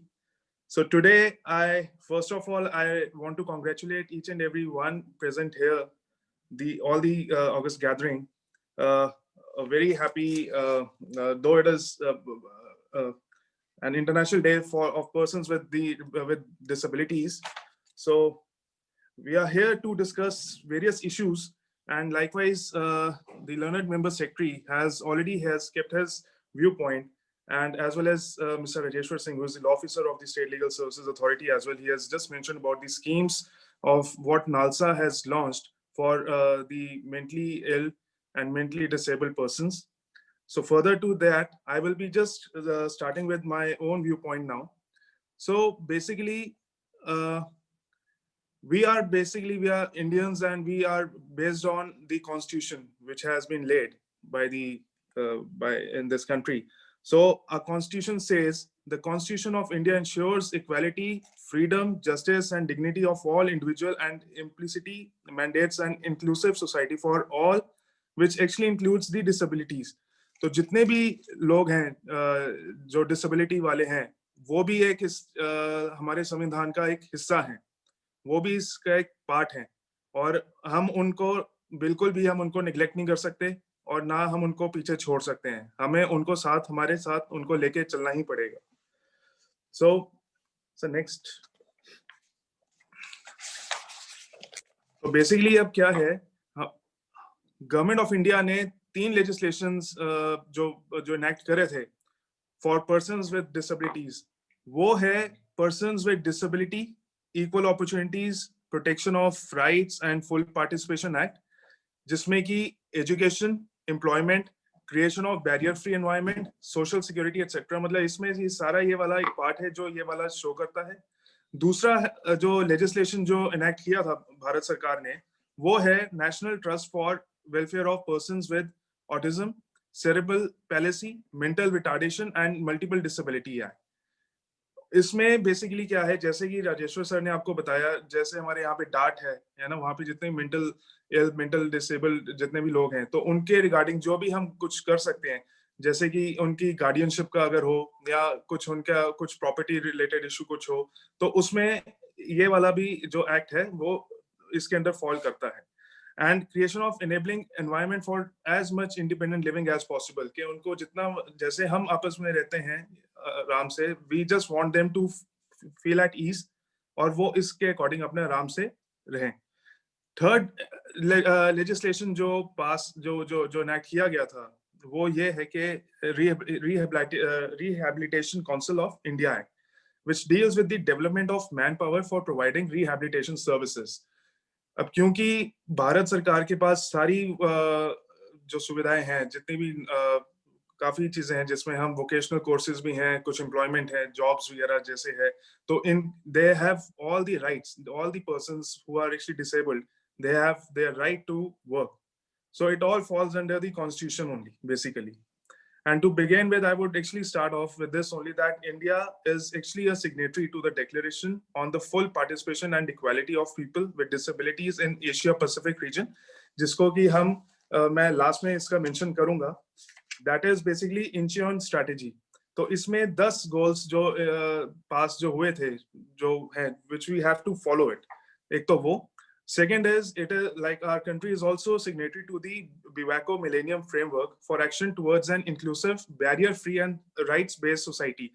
जैसे कि हम कहते हैं कि कुछ भी कहीं पे भी अगर हम जाए, तो we just want that place a kind of a friendly place, है ना. अब जैसे अब हमारे कितनी public places हैं, तो वो आज की डेट में अगर if we talk about if somebody who's visually impaired, तो उनके लिए एक स्पेशल जो एक पाथ जो हर पब्लिक प्लेस में बना दिया गया, जो येलो स्ट्राइप्स वाली हैं, वो होगी. वी हैव दी रैम्प्स, उनके साथ रेलिंग्स हैं, प्रॉपर मतलब एक चैनल है जहाँ पे आराम से हम उनको फील एट ईज उनको करके वो कहीं पे भी अपना एक्सप्लोर कर सकते हैं. And thirdly, India is currently participating in the negotiations on the UN Convention on Protection and Promotion of the Rights and Dignity of the Persons with Disabilities. So as I just mentioned earlier regarding the Constitution of India, which actually says that India is a country with proper freedom, justice, and dignity. So it is a matter of dignity as well as the equality of all the persons with disabilities as well.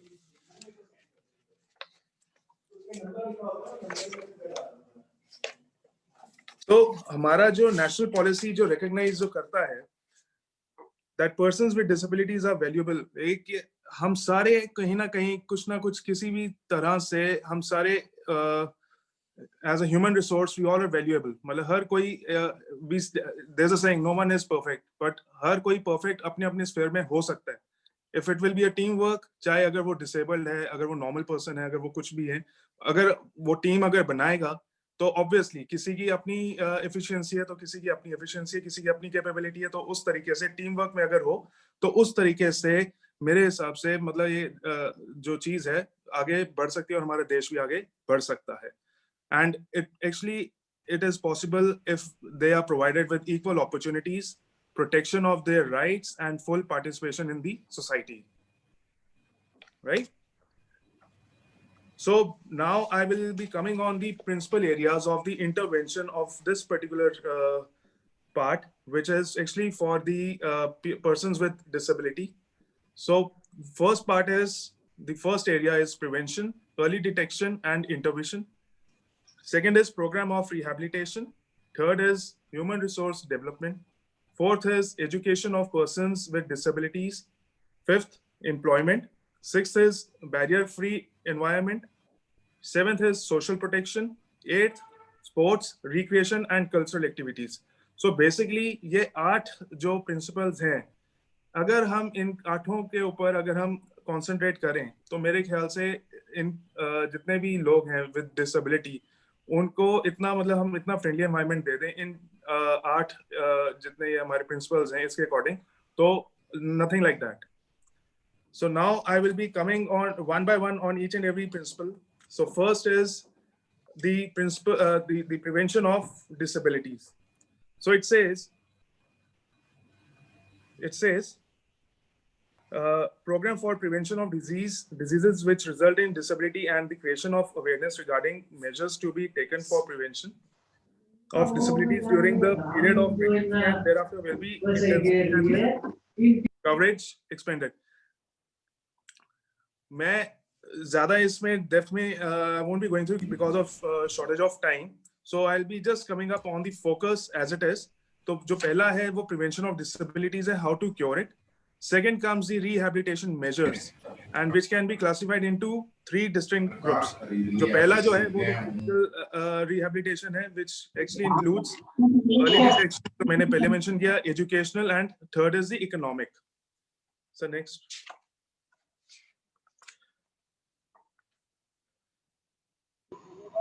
अगर हम physical rehabilitation की बात करें जिसमें कि early detection and intervention है, सो उसमें basically क्या है कि if it can be only done through drug और non drug therapies which helps in minimization of the impact of disability, जो कि with all the necessary facilities with the help of that. Then comes the counselling and medical rehabilitation.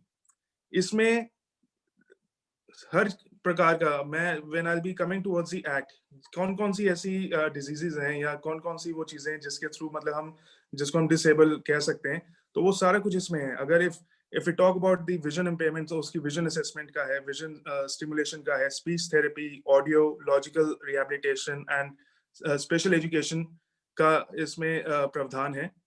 तो और इसके साथ साथ जो क्या चीजें इनको जो असिस्ट कर सकती हैं, we just want, जैसे कि मैंने कहा कि वो यूजर फ्रेंडली होना चाहिए, it should be a friendly environment kind of a thing.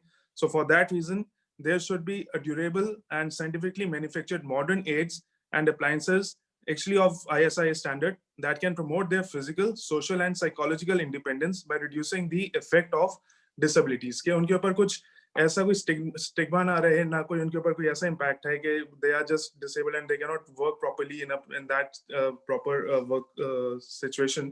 तो एटलीस्ट उनका ये होना चाहिए कि यूजर फ्रेंडली होगा, तभी वो आगे काम कर पाएंगे और तभी it will be useful for them. Then comes the education for persons with disabilities. So as we all know that education is the most effective part for anyone, है ना? And for that reason, even our government, जो कि उन्होंने एक चीज जो constitution के through जो उन्होंने गारंटी जो किया था, and that was actually a fundamental right and right to education का.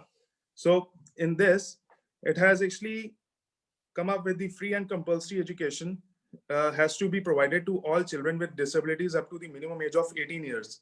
तो इसके लिए जो सर्व शिक्षा अभियान जो लॉन्च किया गया था, गवर्नमेंट ऑफ इंडिया ने जो किया था, तो उसमें ये चीज का प्रावधान इन्होंने दिया था कि कोई भी अगर डिसेबल्ड बच्चा है जिसको किसी भी प्रकार की कोई भी समस्या है, वो अगर वो चल नहीं सकता या कुछ भी है, तो उसके अकॉर्डिंग वो अपना पढ़ सकता है. अब अगर हम बात करें चंडीगढ़ में, तो वी हैव ब्लाइंड स्कूल, ठीक है, और इसके अलावा और भी हमारे जैसे हैं, अगर डाट का भी है तो वहाँ पे भी कुछ वोकेशनल कोर्सेज हैं, या और भी बाकी जगहों पे भी कुछ कोर्सेज जैसे चलते हैं. तो वो सारा कुछ अगर हम कहें तो वो सर्व शिक्षा अभियान के अंदर भी हम कह सकते हैं कि वो हैं. तो एजुकेशन का अगर हो तो वो इसके through nothing like that. Then comes जितनी भी ये स्कीम्स जो इम्प्लीमेंट होती हैं, वो बेसिकली और कुछ नहीं, तो वो कैसे हम कर सकते हैं through an open learning system, या ओपन स्कूल के द्वारा, या ऑल्टरनेटिव स्कूलिंग, या डिस्टेंस एजुकेशन. अगर किसी को प्रॉब्लम है कि वो जा नहीं सकता बट वो दूर बैठ के भी वो अपना पढ़ सकता है. स्पेशल स्कूल्स जो हैं वो चंडीगढ़ में there I think around 3 to 4 special schools जो which are being run in an organised manner. उसके अलावा जो है वो इसमें जो बाकी जो ऑटोनोमस बॉडीज जो हैं और जो वॉलंटरी ऑर्गेनाइजेशन हैं जैसे एनजीओज एंड ऑल, वो बाकी अपना पूरा फाइनेंशियल सपोर्ट करती हैं इन सारी इंस्टीट्यूशंस को for various facilities like special teachers. जितने भी हैं इनकी टीचर्स डिफरेंट होंगी, वो अलग से वो ट्रेनिंग उनको मिली जाएगी, उनकी बुक्स डिफरेंट होंगी, उनका स्टेशनरी का सामान अलग होगा, वो सारा ट्रांसपोर्टेशन, रीडर्स, अलाउंस वगैरह सारा कुछ इनके लिए अलग अलग ही होगा. हॉस्टल फैसिलिटी इनकी यूजर फ्रेंडली होगी. तो ये सारी चीजें हैं जो कि एक रिहैबिलिटेट के द्वारा मतलब इनको एक यूजर फ्रेंडली मोड पे अगर हम इनको लेके आ सकते हैं. Then comes the economic rehabilitation of persons with disabilities. So next. So this is basically for the economic, to maintain their economy in terms of कि उनका वो अपना कैसे अपना देखभाल कर सकते हैं पैसों के द्वारा, मतलब अगर वो काम करेंगे तभी उनको वो कमा पाएंगे अच्छे से. So for that reason, economic rehabilitation of persons with disabilities comprise of both wage employment in organized sector and as well as for the self-employment.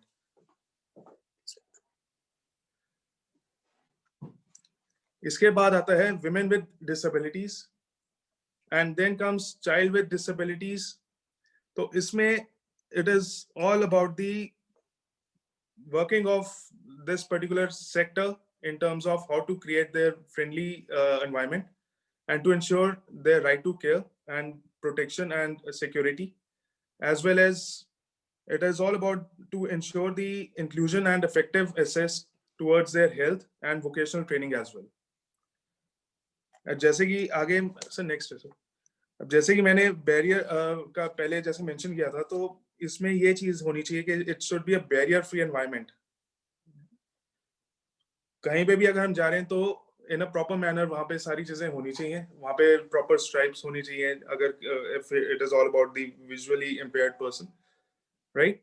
और उनको मतलब इंडिपेंडेंटली भी वो अपना चल सकते हैं.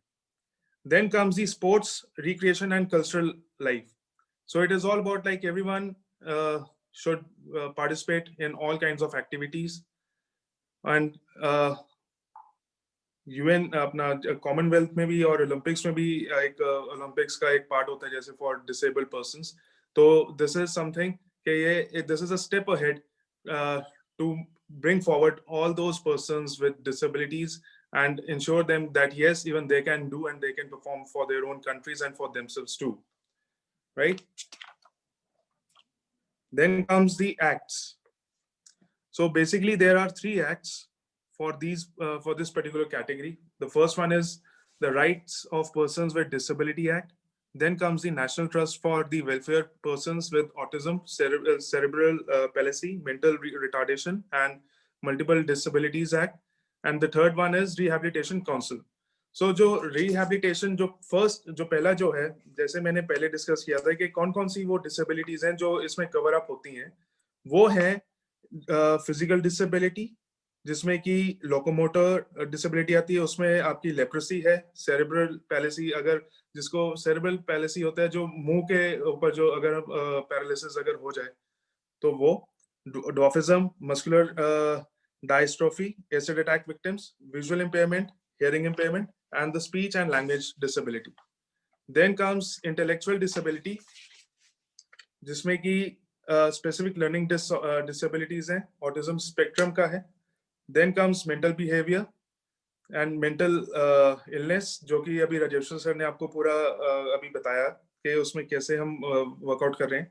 Then comes disability caused due to chronic neurological, उसमें जैसे पार्किंसन डिजीज है, उसमें इंसान भूलने की उसमें अपना होता है, उसका nervous system doctor, blood disorder and various multiple disabilities.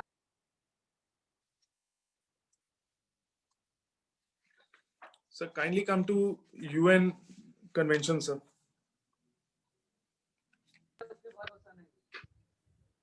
Next, sir.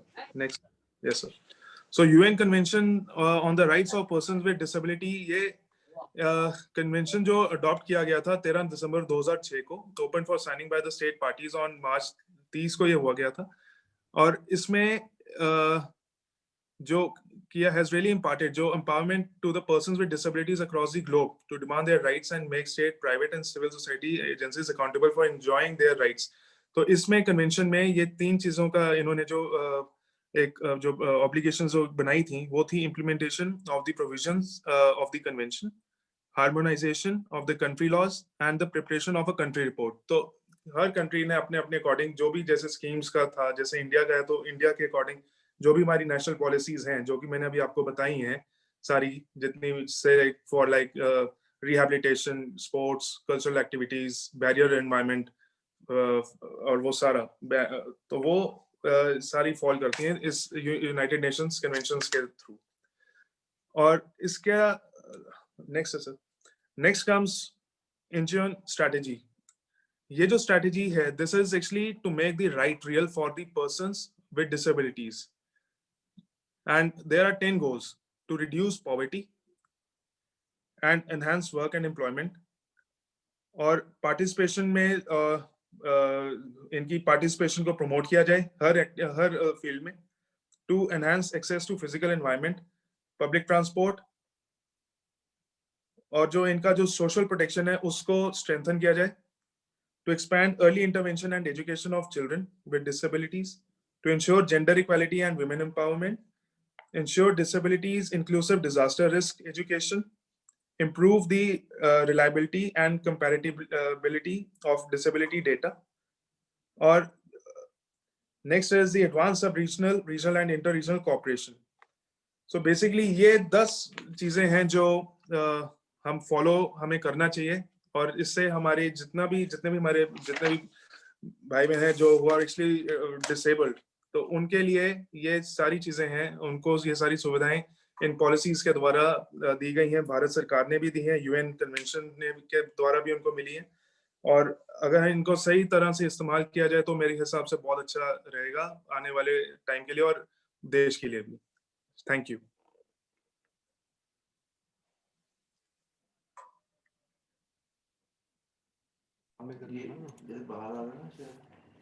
Thank you, Gautam ji, for such a comprehensive presentation.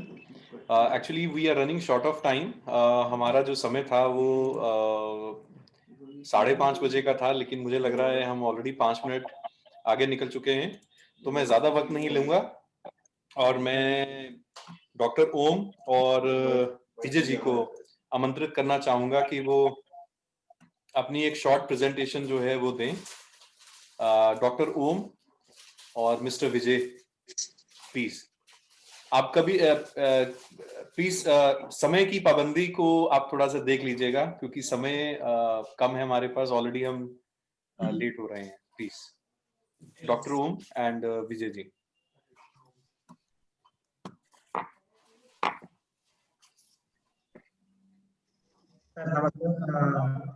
Special thank to APSWDP. Today, special day, International Day of Persons with Disability.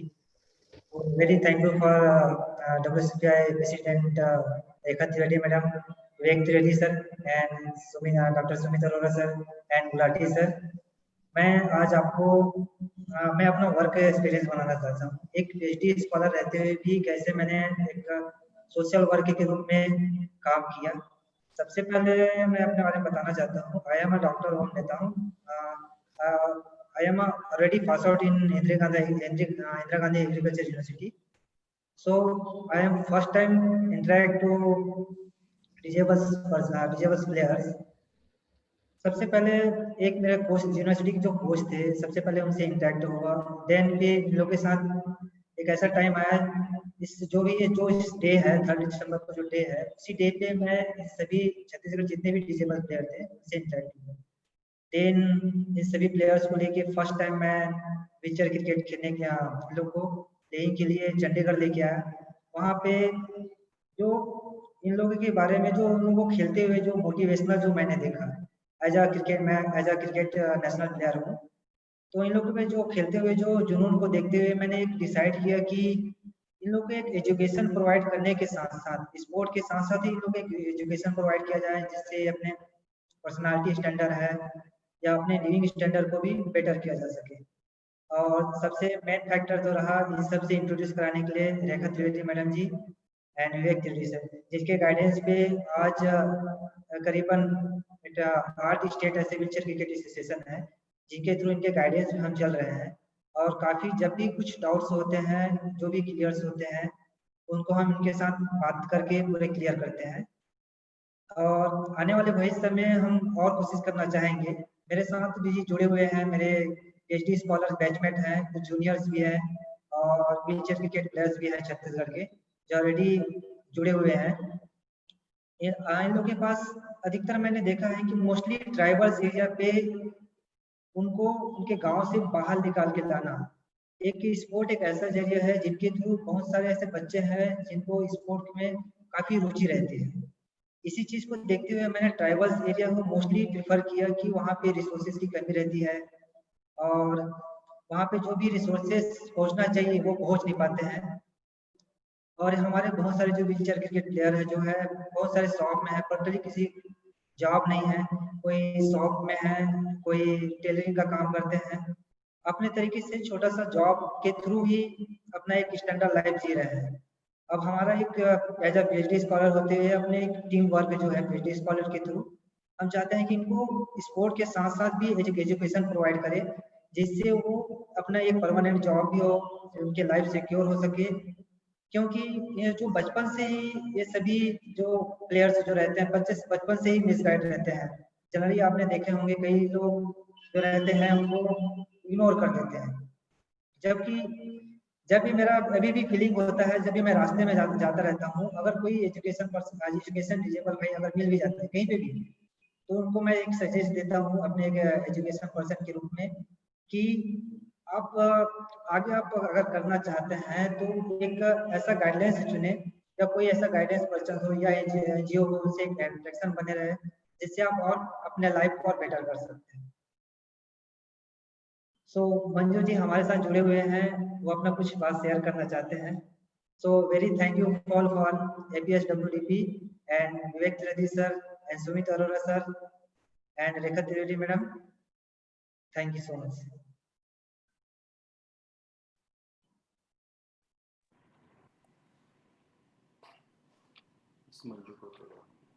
Thank you, Ji.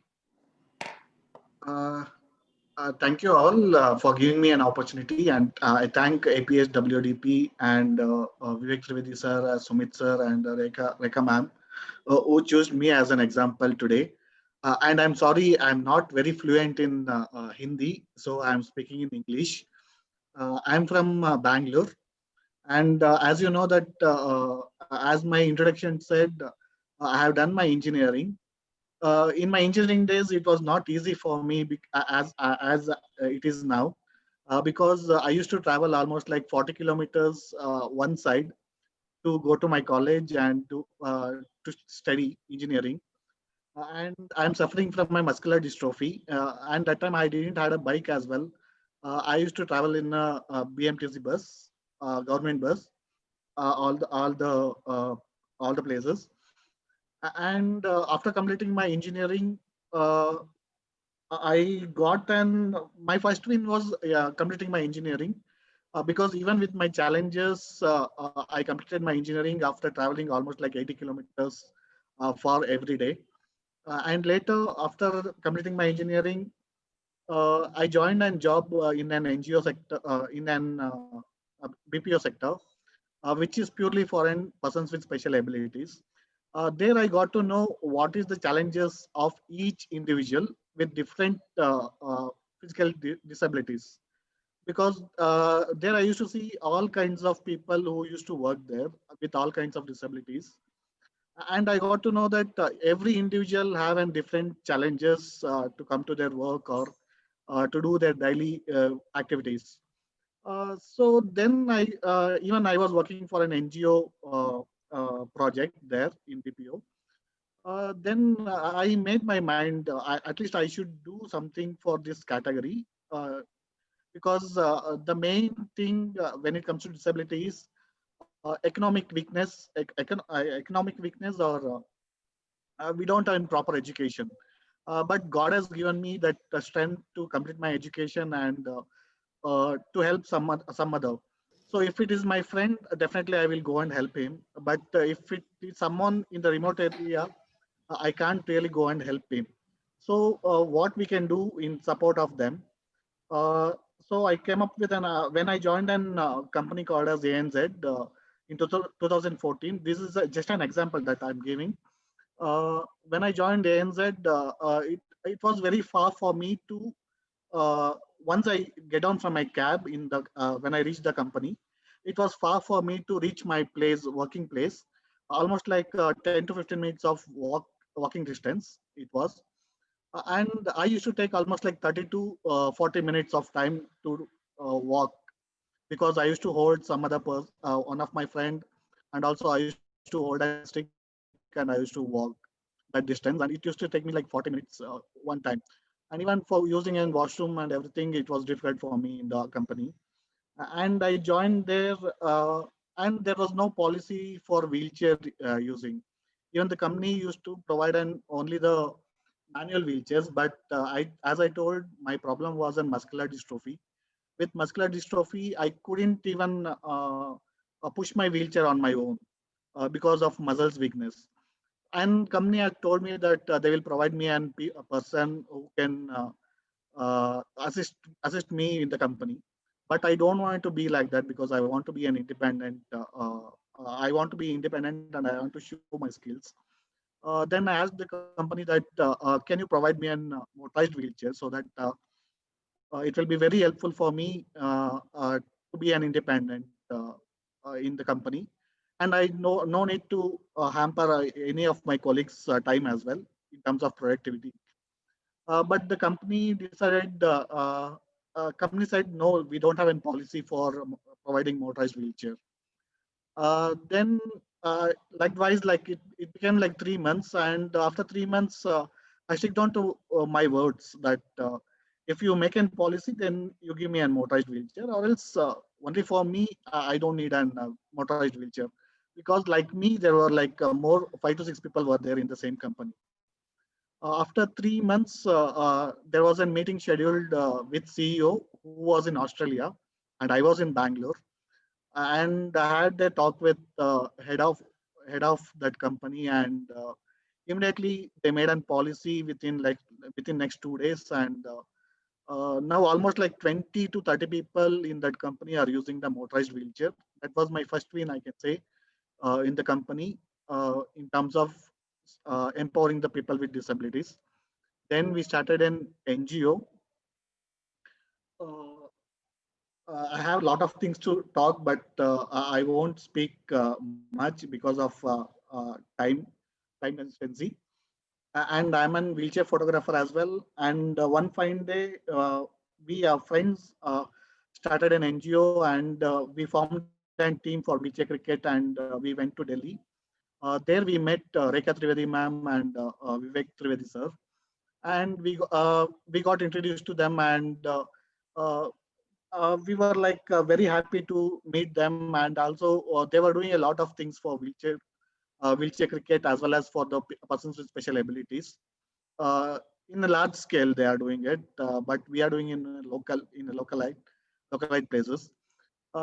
So they told that they have started an Wheelchair Cricket Federation of India. Rekha Trivedi ma'am said that, and by seeing her past and present, it can say that that is the transformation that everyone needs to have. And even in the persons with special abilities community, we need the same kind of a transformation. What Rekha Trivedi ma'am has done in our life. For that reasons, we had joined our hands with them, and we started in Karnataka Wheelchair Cricket Association.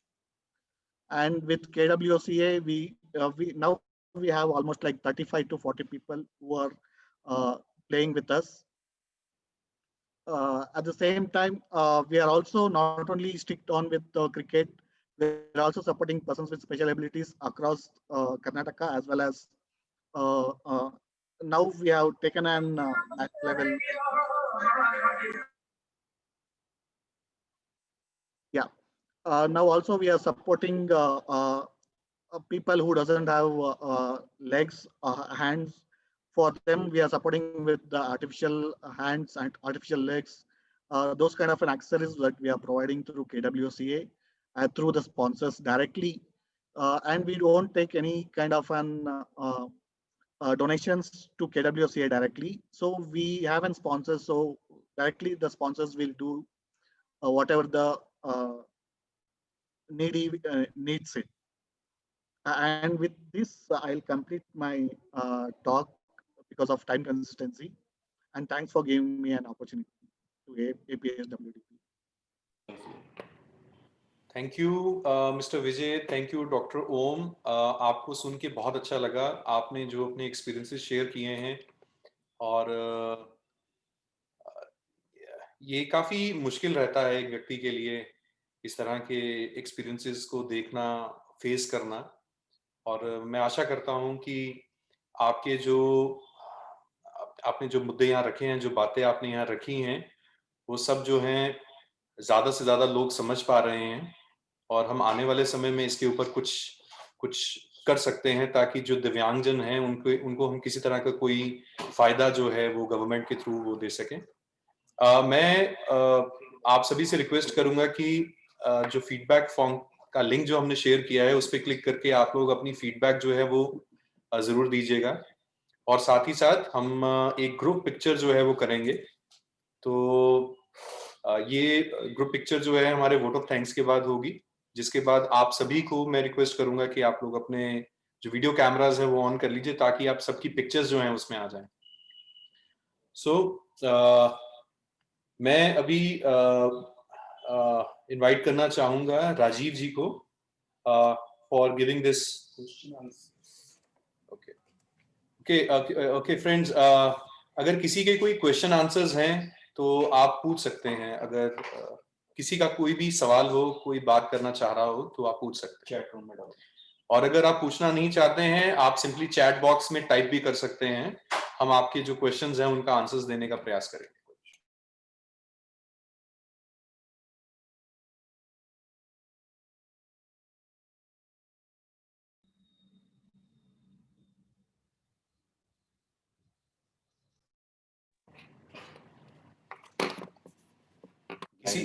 किसी का कोई सवाल है?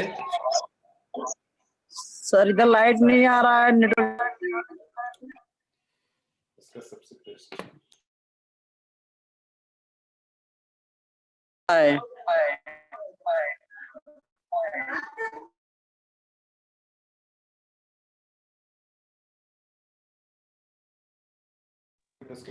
Okay, मैं अगर chat box में देखूं तो एक दो सवाल आए हैं। एक क्वेश्चन आया है परनीत सिद्धू जी की तरफ से, और वो जानना चाह रही हैं कि चंडीगढ़ में कितने ब्लाइंड स्कूल्स हैं जो चल रहे हैं। तो मैं गौतम जी या राजेश्वर जी, आप इसके ऊपर कुछ बात करना चाहेंगे? चंडीगढ़ में कितने ब्लाइंड स्कूल्स हैं हमारे पास? हाँ जी, चंडीगढ़ में सिर्फ एक ही है जी, जो सेक्टर 26 में है। जी। इसके प्रिंसिपल है मिस्टर JS जायरा। ओके, हाँ जी, right. Otherwise for other handicaps के लिए, जैसे जो दोज कैन नॉट स्पीक, या वो है, उनके लिए सेक्टर 19 में है। हाँ जी, thank you Rajeshwar ji.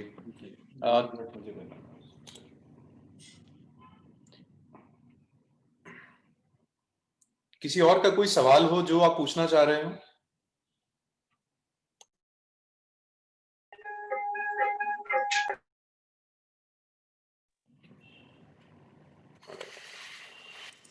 Sorry, maybe it's just a very medical question, but I just wanted to quickly ask if people with eating disorders such as anorexia, what can they qualify for being a person with disability?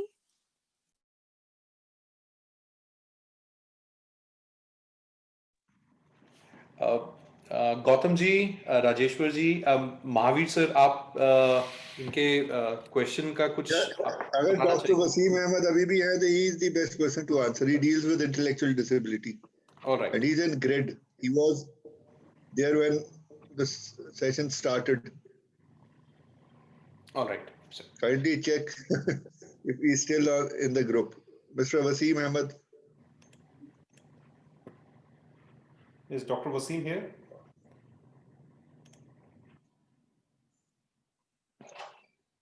I think he is not in the. Then you can contact any of us. We'll ask him, because that is the institute dealing with intellectual disabilities. All right. Yes, sir. Yes. They'll provide the exact answer, whether it is covered under the type of intellectual disabilities defined in the new act, since he's the doctor and dealing with the patients as well as assessment of the disability. Or Yes, we can sir. share his number with, I think Rajeshwar ji, you can share his number in the chat box. Dr. Wasim Ahmed's yes, number. I'm just sharing it. Yes. Ma'am can talk to him. Yeah, because this forum is basically for asking the legal questions, or questions that are related to law. But still, I think yes, we can provide the context. yes, sir. Because what Parneet Sidhu, she has asked, it is something related to the medical profession. So I think we can drop the number of the concerned person, and Ms. Parneet Sidhu, she can get in touch with the Dr. Wasim for further queries. Hello. All right, so friends, we have with us Mr. Vivek Trivedi, founder of Association of Professional Social Workers and Development Practitioners with us, and he would also like to give his remarks on today's theme. So, Mr. Vivek Trivedi. Thank you, Dr. Sumit, and I am very happy that the State Legal Services Authority has come forward in joining this, event all together in partnership. And I'm also very, I feel delighted, like, people like, NM Vijay from Karnataka, Dr. Om Kumar Nitam from Chhattisgarh, even over the last 3 years, we have association have, tried to work on building capacities of persons with disability through sports, and including, like, Mahavir sir has referred Reserve Bank of India. So we have tried to involve as many as the stakeholders into this domain, and we were quite successful. And the purpose behind celebrating and marking this International Day for the person with disability is like key to make commitment more stronger. People who are sitting in Chhattisgarh in the tribal areas, Karnataka, ना, in UP, इन मध्य प्रदेश ना, बहुत सारे ऐसे person with disabilities हैं जो बहुत rural, remote and far flung areas, जो ऐसी दूरियां हैं जहां ट्रेन बसेस नहीं पहुंच पा रही हैं, वहां से लोग बिलोंग करते हैं। और जिस तरह का क्रिकेट डेवलप हुआ है over the years, I am astonished. And मुझे बहुत अच्छा लगा, क्योंकि मैं स्पोर्ट्स से, मेरा स्पिरिटेड स्पोर्ट्स कभी रहा नहीं, क्रिकेट मेरा कभी इंटरेस्ट नहीं रहा, बट जब मैंने इनको खेलते हुए देखा आपके मदर टेरेसा होम में, long back with marking wickets on the wall, काली सी वॉल पे विकेट्स बना के, एंड देन लेदर तो बॉल नहीं होता था, बट इनका टेनिस बॉल होता था। And that day and today when they are playing with a full kit, professional kit, आपकी leather ball, day and night match हो रहे हैं, एंड इतना गेम में वाइब्रेंसी ला दी है। तो गेम रहा ही रहा, बट इससे कैपेसिटी कहाँ बढ़ी है, जो मुझे बहुत ज्यादा अचंभित करती है और बहुत ज्यादा खुशी देती है, वो ये है कि जैसे एनएम विजय हैं आपके, देखिए बीपीओ सेक्टर में स्टैब्लिश किया करियर, है ना। एक तरफ मुकेश योगी यूपी में आते हैं, ब्रिजमोहन मिश्रा यूपी से आते हैं, पांडे जी एमपी से आते हैं, अशोक कुमार अहिरवार मध्य प्रदेश से आते हैं, गुजरात से Manish Patel, see the country, Wasim from Jammu and Kashmir. तो इस तरह के लोग जो अपने घरों से निकले हैं, अपनी ड्राइंग रूम से निकल के क्रिकेट की पिच पे आते हैं, एंड दे प्ले टुगेदर।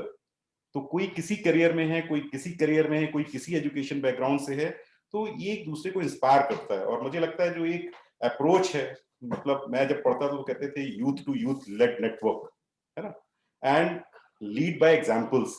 तो ये एक ऐसा गेम है जहां एक टाइम में 22 प्लेयर्स ग्राउंड में खेलते हैं, और 22 डिफरेंट बैकग्राउंड के लोग हैं। रूरल बैकग्राउंड है, अर्बन बैकग्राउंड है, एलीट फैमिली से हैं, पुअर फैमिली से हैं, एजुकेटेड हैं, अनएजुकेटेड हैं। तो क्या है, एक संगम बना देता है क्रिकेट, और उनको दोस्ती डेवलप करती है, एक दूसरे को इग्नाइट करते हैं, स्पार्क करते हैं, और वो एक दूसरे की कैपेसिटी को बिल्डअप करते हैं। और एक बहुत अच्छी जब दोस्ती होती है अलग अलग बैकग्राउंड से, तो मुझे लगता है वो दोस्ती जो है डेवलपमेंट की फेज में आती है और गाइडेंस की फेज में आती है। तो मैं आज ज्यादा कुछ नहीं बोलते हुए यहीं पे अपने आप को मैं कंक्लूड करूंगा। और मेरा पर्पस ये था कि डिसेबिलिटी के डे पे आप कानून के जानकार जो हमारे सर हैं, महावीर सर जो हैं स्टेट लीगल सर्विस अथॉरिटी में, उनको सुने। राजेश्वर जी को आपने सुना, बहुत अच्छा लगा होगा, और गौतम भारद्वाज जी हैं, और साथ ही साथ 2 युवा जो कि एक पर्सन विद डिसेबिलिटी होते हुए उन्होंने अपने करियर को मुकाम तक पहुंचाया, और दूसरे वो युवा जो एबल बॉडीड है, और उन्होंने मतलब जो डिसेबल्ड पर्सन्स हैं उनका दर्द समझते हुए अपने स्पोर्ट्स को उनको डेडिकेट किया, एंड सी छत्तीसगढ़ में एक व्हीलचेयर क्रिकेट डेवलप करके दिया। तो आज पूरे कंट्री में 8 स्टेट्स में है, और नेक्स्ट 5-10 ईयर्स में मुझे लगता है कि पूरे कंट्री में व्हीलचेयर क्रिकेट एक बहुत अच्छा गेम होगा। और स्पिरिट जो है, मुझे यूएन का वर्ड याद आता है, why sport is there. Sport actually brings people into close domain. Sports bring peace, है ना। अगर विश्व को शांति चाहिए तो कहते हैं स्पोर्ट्स डिप्लोमेसी होगी। भारत पाकिस्तान लड़ते हैं, कहीं और देश लड़ते हैं, लेकिन जब वो स्पोर्ट्स में आते हैं तो एज अ स्पिरिटेड पर्सन आता है। तो स्पोर्ट्स का पर्पस है to bring peace in the world, है ना। तो peace in the families, in the life of persons with disabilities is another domain. So thank you from this side, because I was not scheduled in this webinar today. I was occupied in some other domain. So thank you, Dr. Sumit Arora, for giving me time to share my thoughts with. And further, I request Rajiv to go for vote of thanks. Yes, sir. Thank you, Vivek ji, and Dr. Sumit also for giving this opportunity to propose vote of thanks. We express our heartfelt gratitude to our chief guest of the dialogue, Mr. Mahavir Singh ji, and distinguished panelist, Mr. Rajeshwar Singh, Advocate Gautam Bhardwaj, Mr. N.M. Vijay, and Dr. Om Nathan, who agreed to be a part of the dialogue for creating awareness through this dialogue, inspiring us to come forward together and pledge for action. Like first, promote the rights and well-being of the person with disability in all sphere of the society and development. Second, creating awareness through a various awareness program on a NALSA scheme for person with disability. And third, increasing awareness of the situation of person with disability in every aspect of the political, social, economic, and cultural life. Fourth, initiate action aligned with the promise of the United Nations 2030 Agenda for Sustainable Development Goal to leave no one behind. The commitment to realizing the right of person with disability is not only the matter of justice, it is an investment in the common future, and at last act to create awareness and chronicle and reformed control system for person with disability.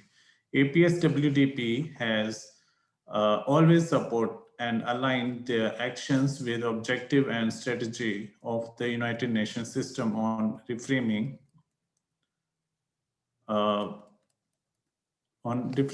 the full and complete realization of the human right for all persons with disability to be in level and integral and individual part of all human right and fundamental freedoms. Dear friends and professionals, and an event like this required through planning and eye for a detail. We are fortunate to be mentored and guided by our eminent member from various domains, backed by the team, a very motivated and dedicated and result-oriented colleague of APSWDP. Sincere thanks to our guide and vibrant leader, Mr. Vivek Trivedi, founder APSWDP, for empowering the team and execute the dialogue meticulously, and organizing team member comprising of Dr. Sumit Arora, Mr. Hitesh Kumar Kulati, Mr. Navneet Trivedi, and Mr. Yogesh Sharma for their remarkable efforts in depth planning and timely implementation of the program. Through these past years, we all have discovered and devoted ourselves to our passion and grow immensely as result in our mindset. We have grown under the mentorship of our eminent member, healing from such a diverse background. Our family now constitutes the senior bureaucrats from the administration services, senior eminent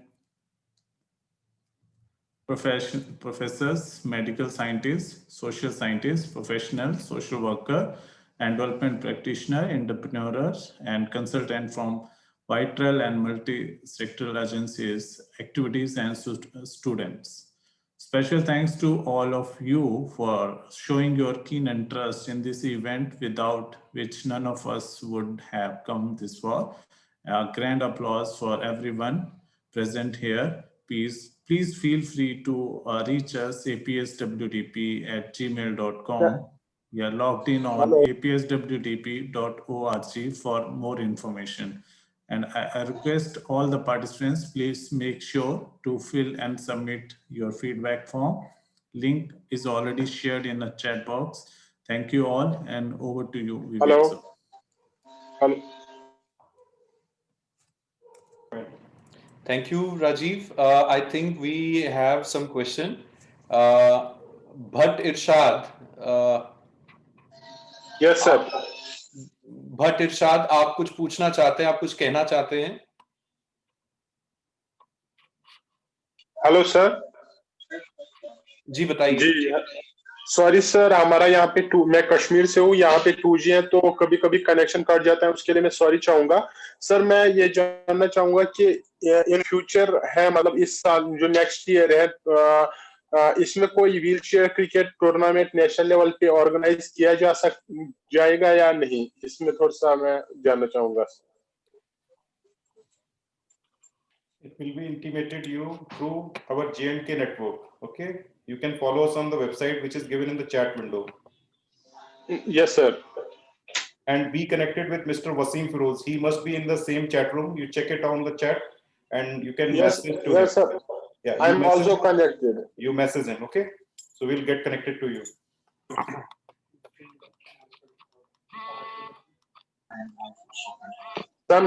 I'm also connected with. Was you? Hello? Yes, yes. जी sir, मैं connected हूँ already mister Wasim से, और उन्होंने काफी ज्यादा inspire किया है इसके रिगार्डिंग। तो अभी मैं एज ए क्रिकेटर खेल रहा हूँ वहाँ पे। So you first talk to him. I will convey to Mr. Wasim that he will talk to you. Okay.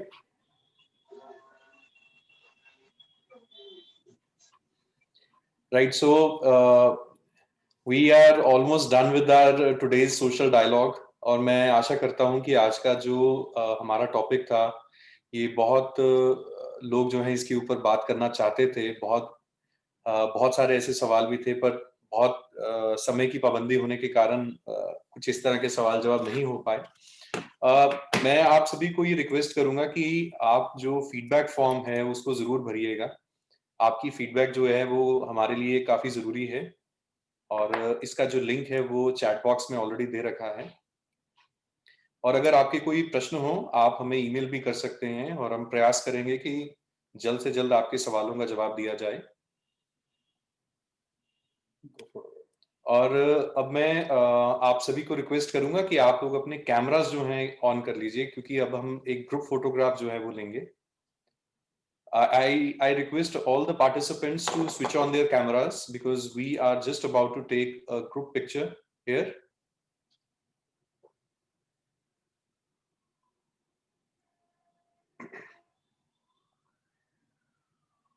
Location.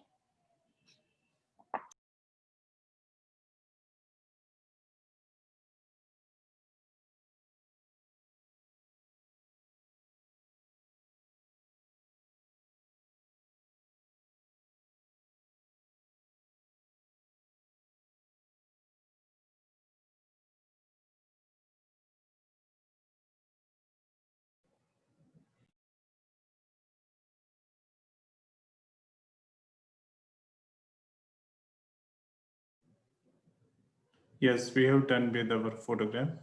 Thank you.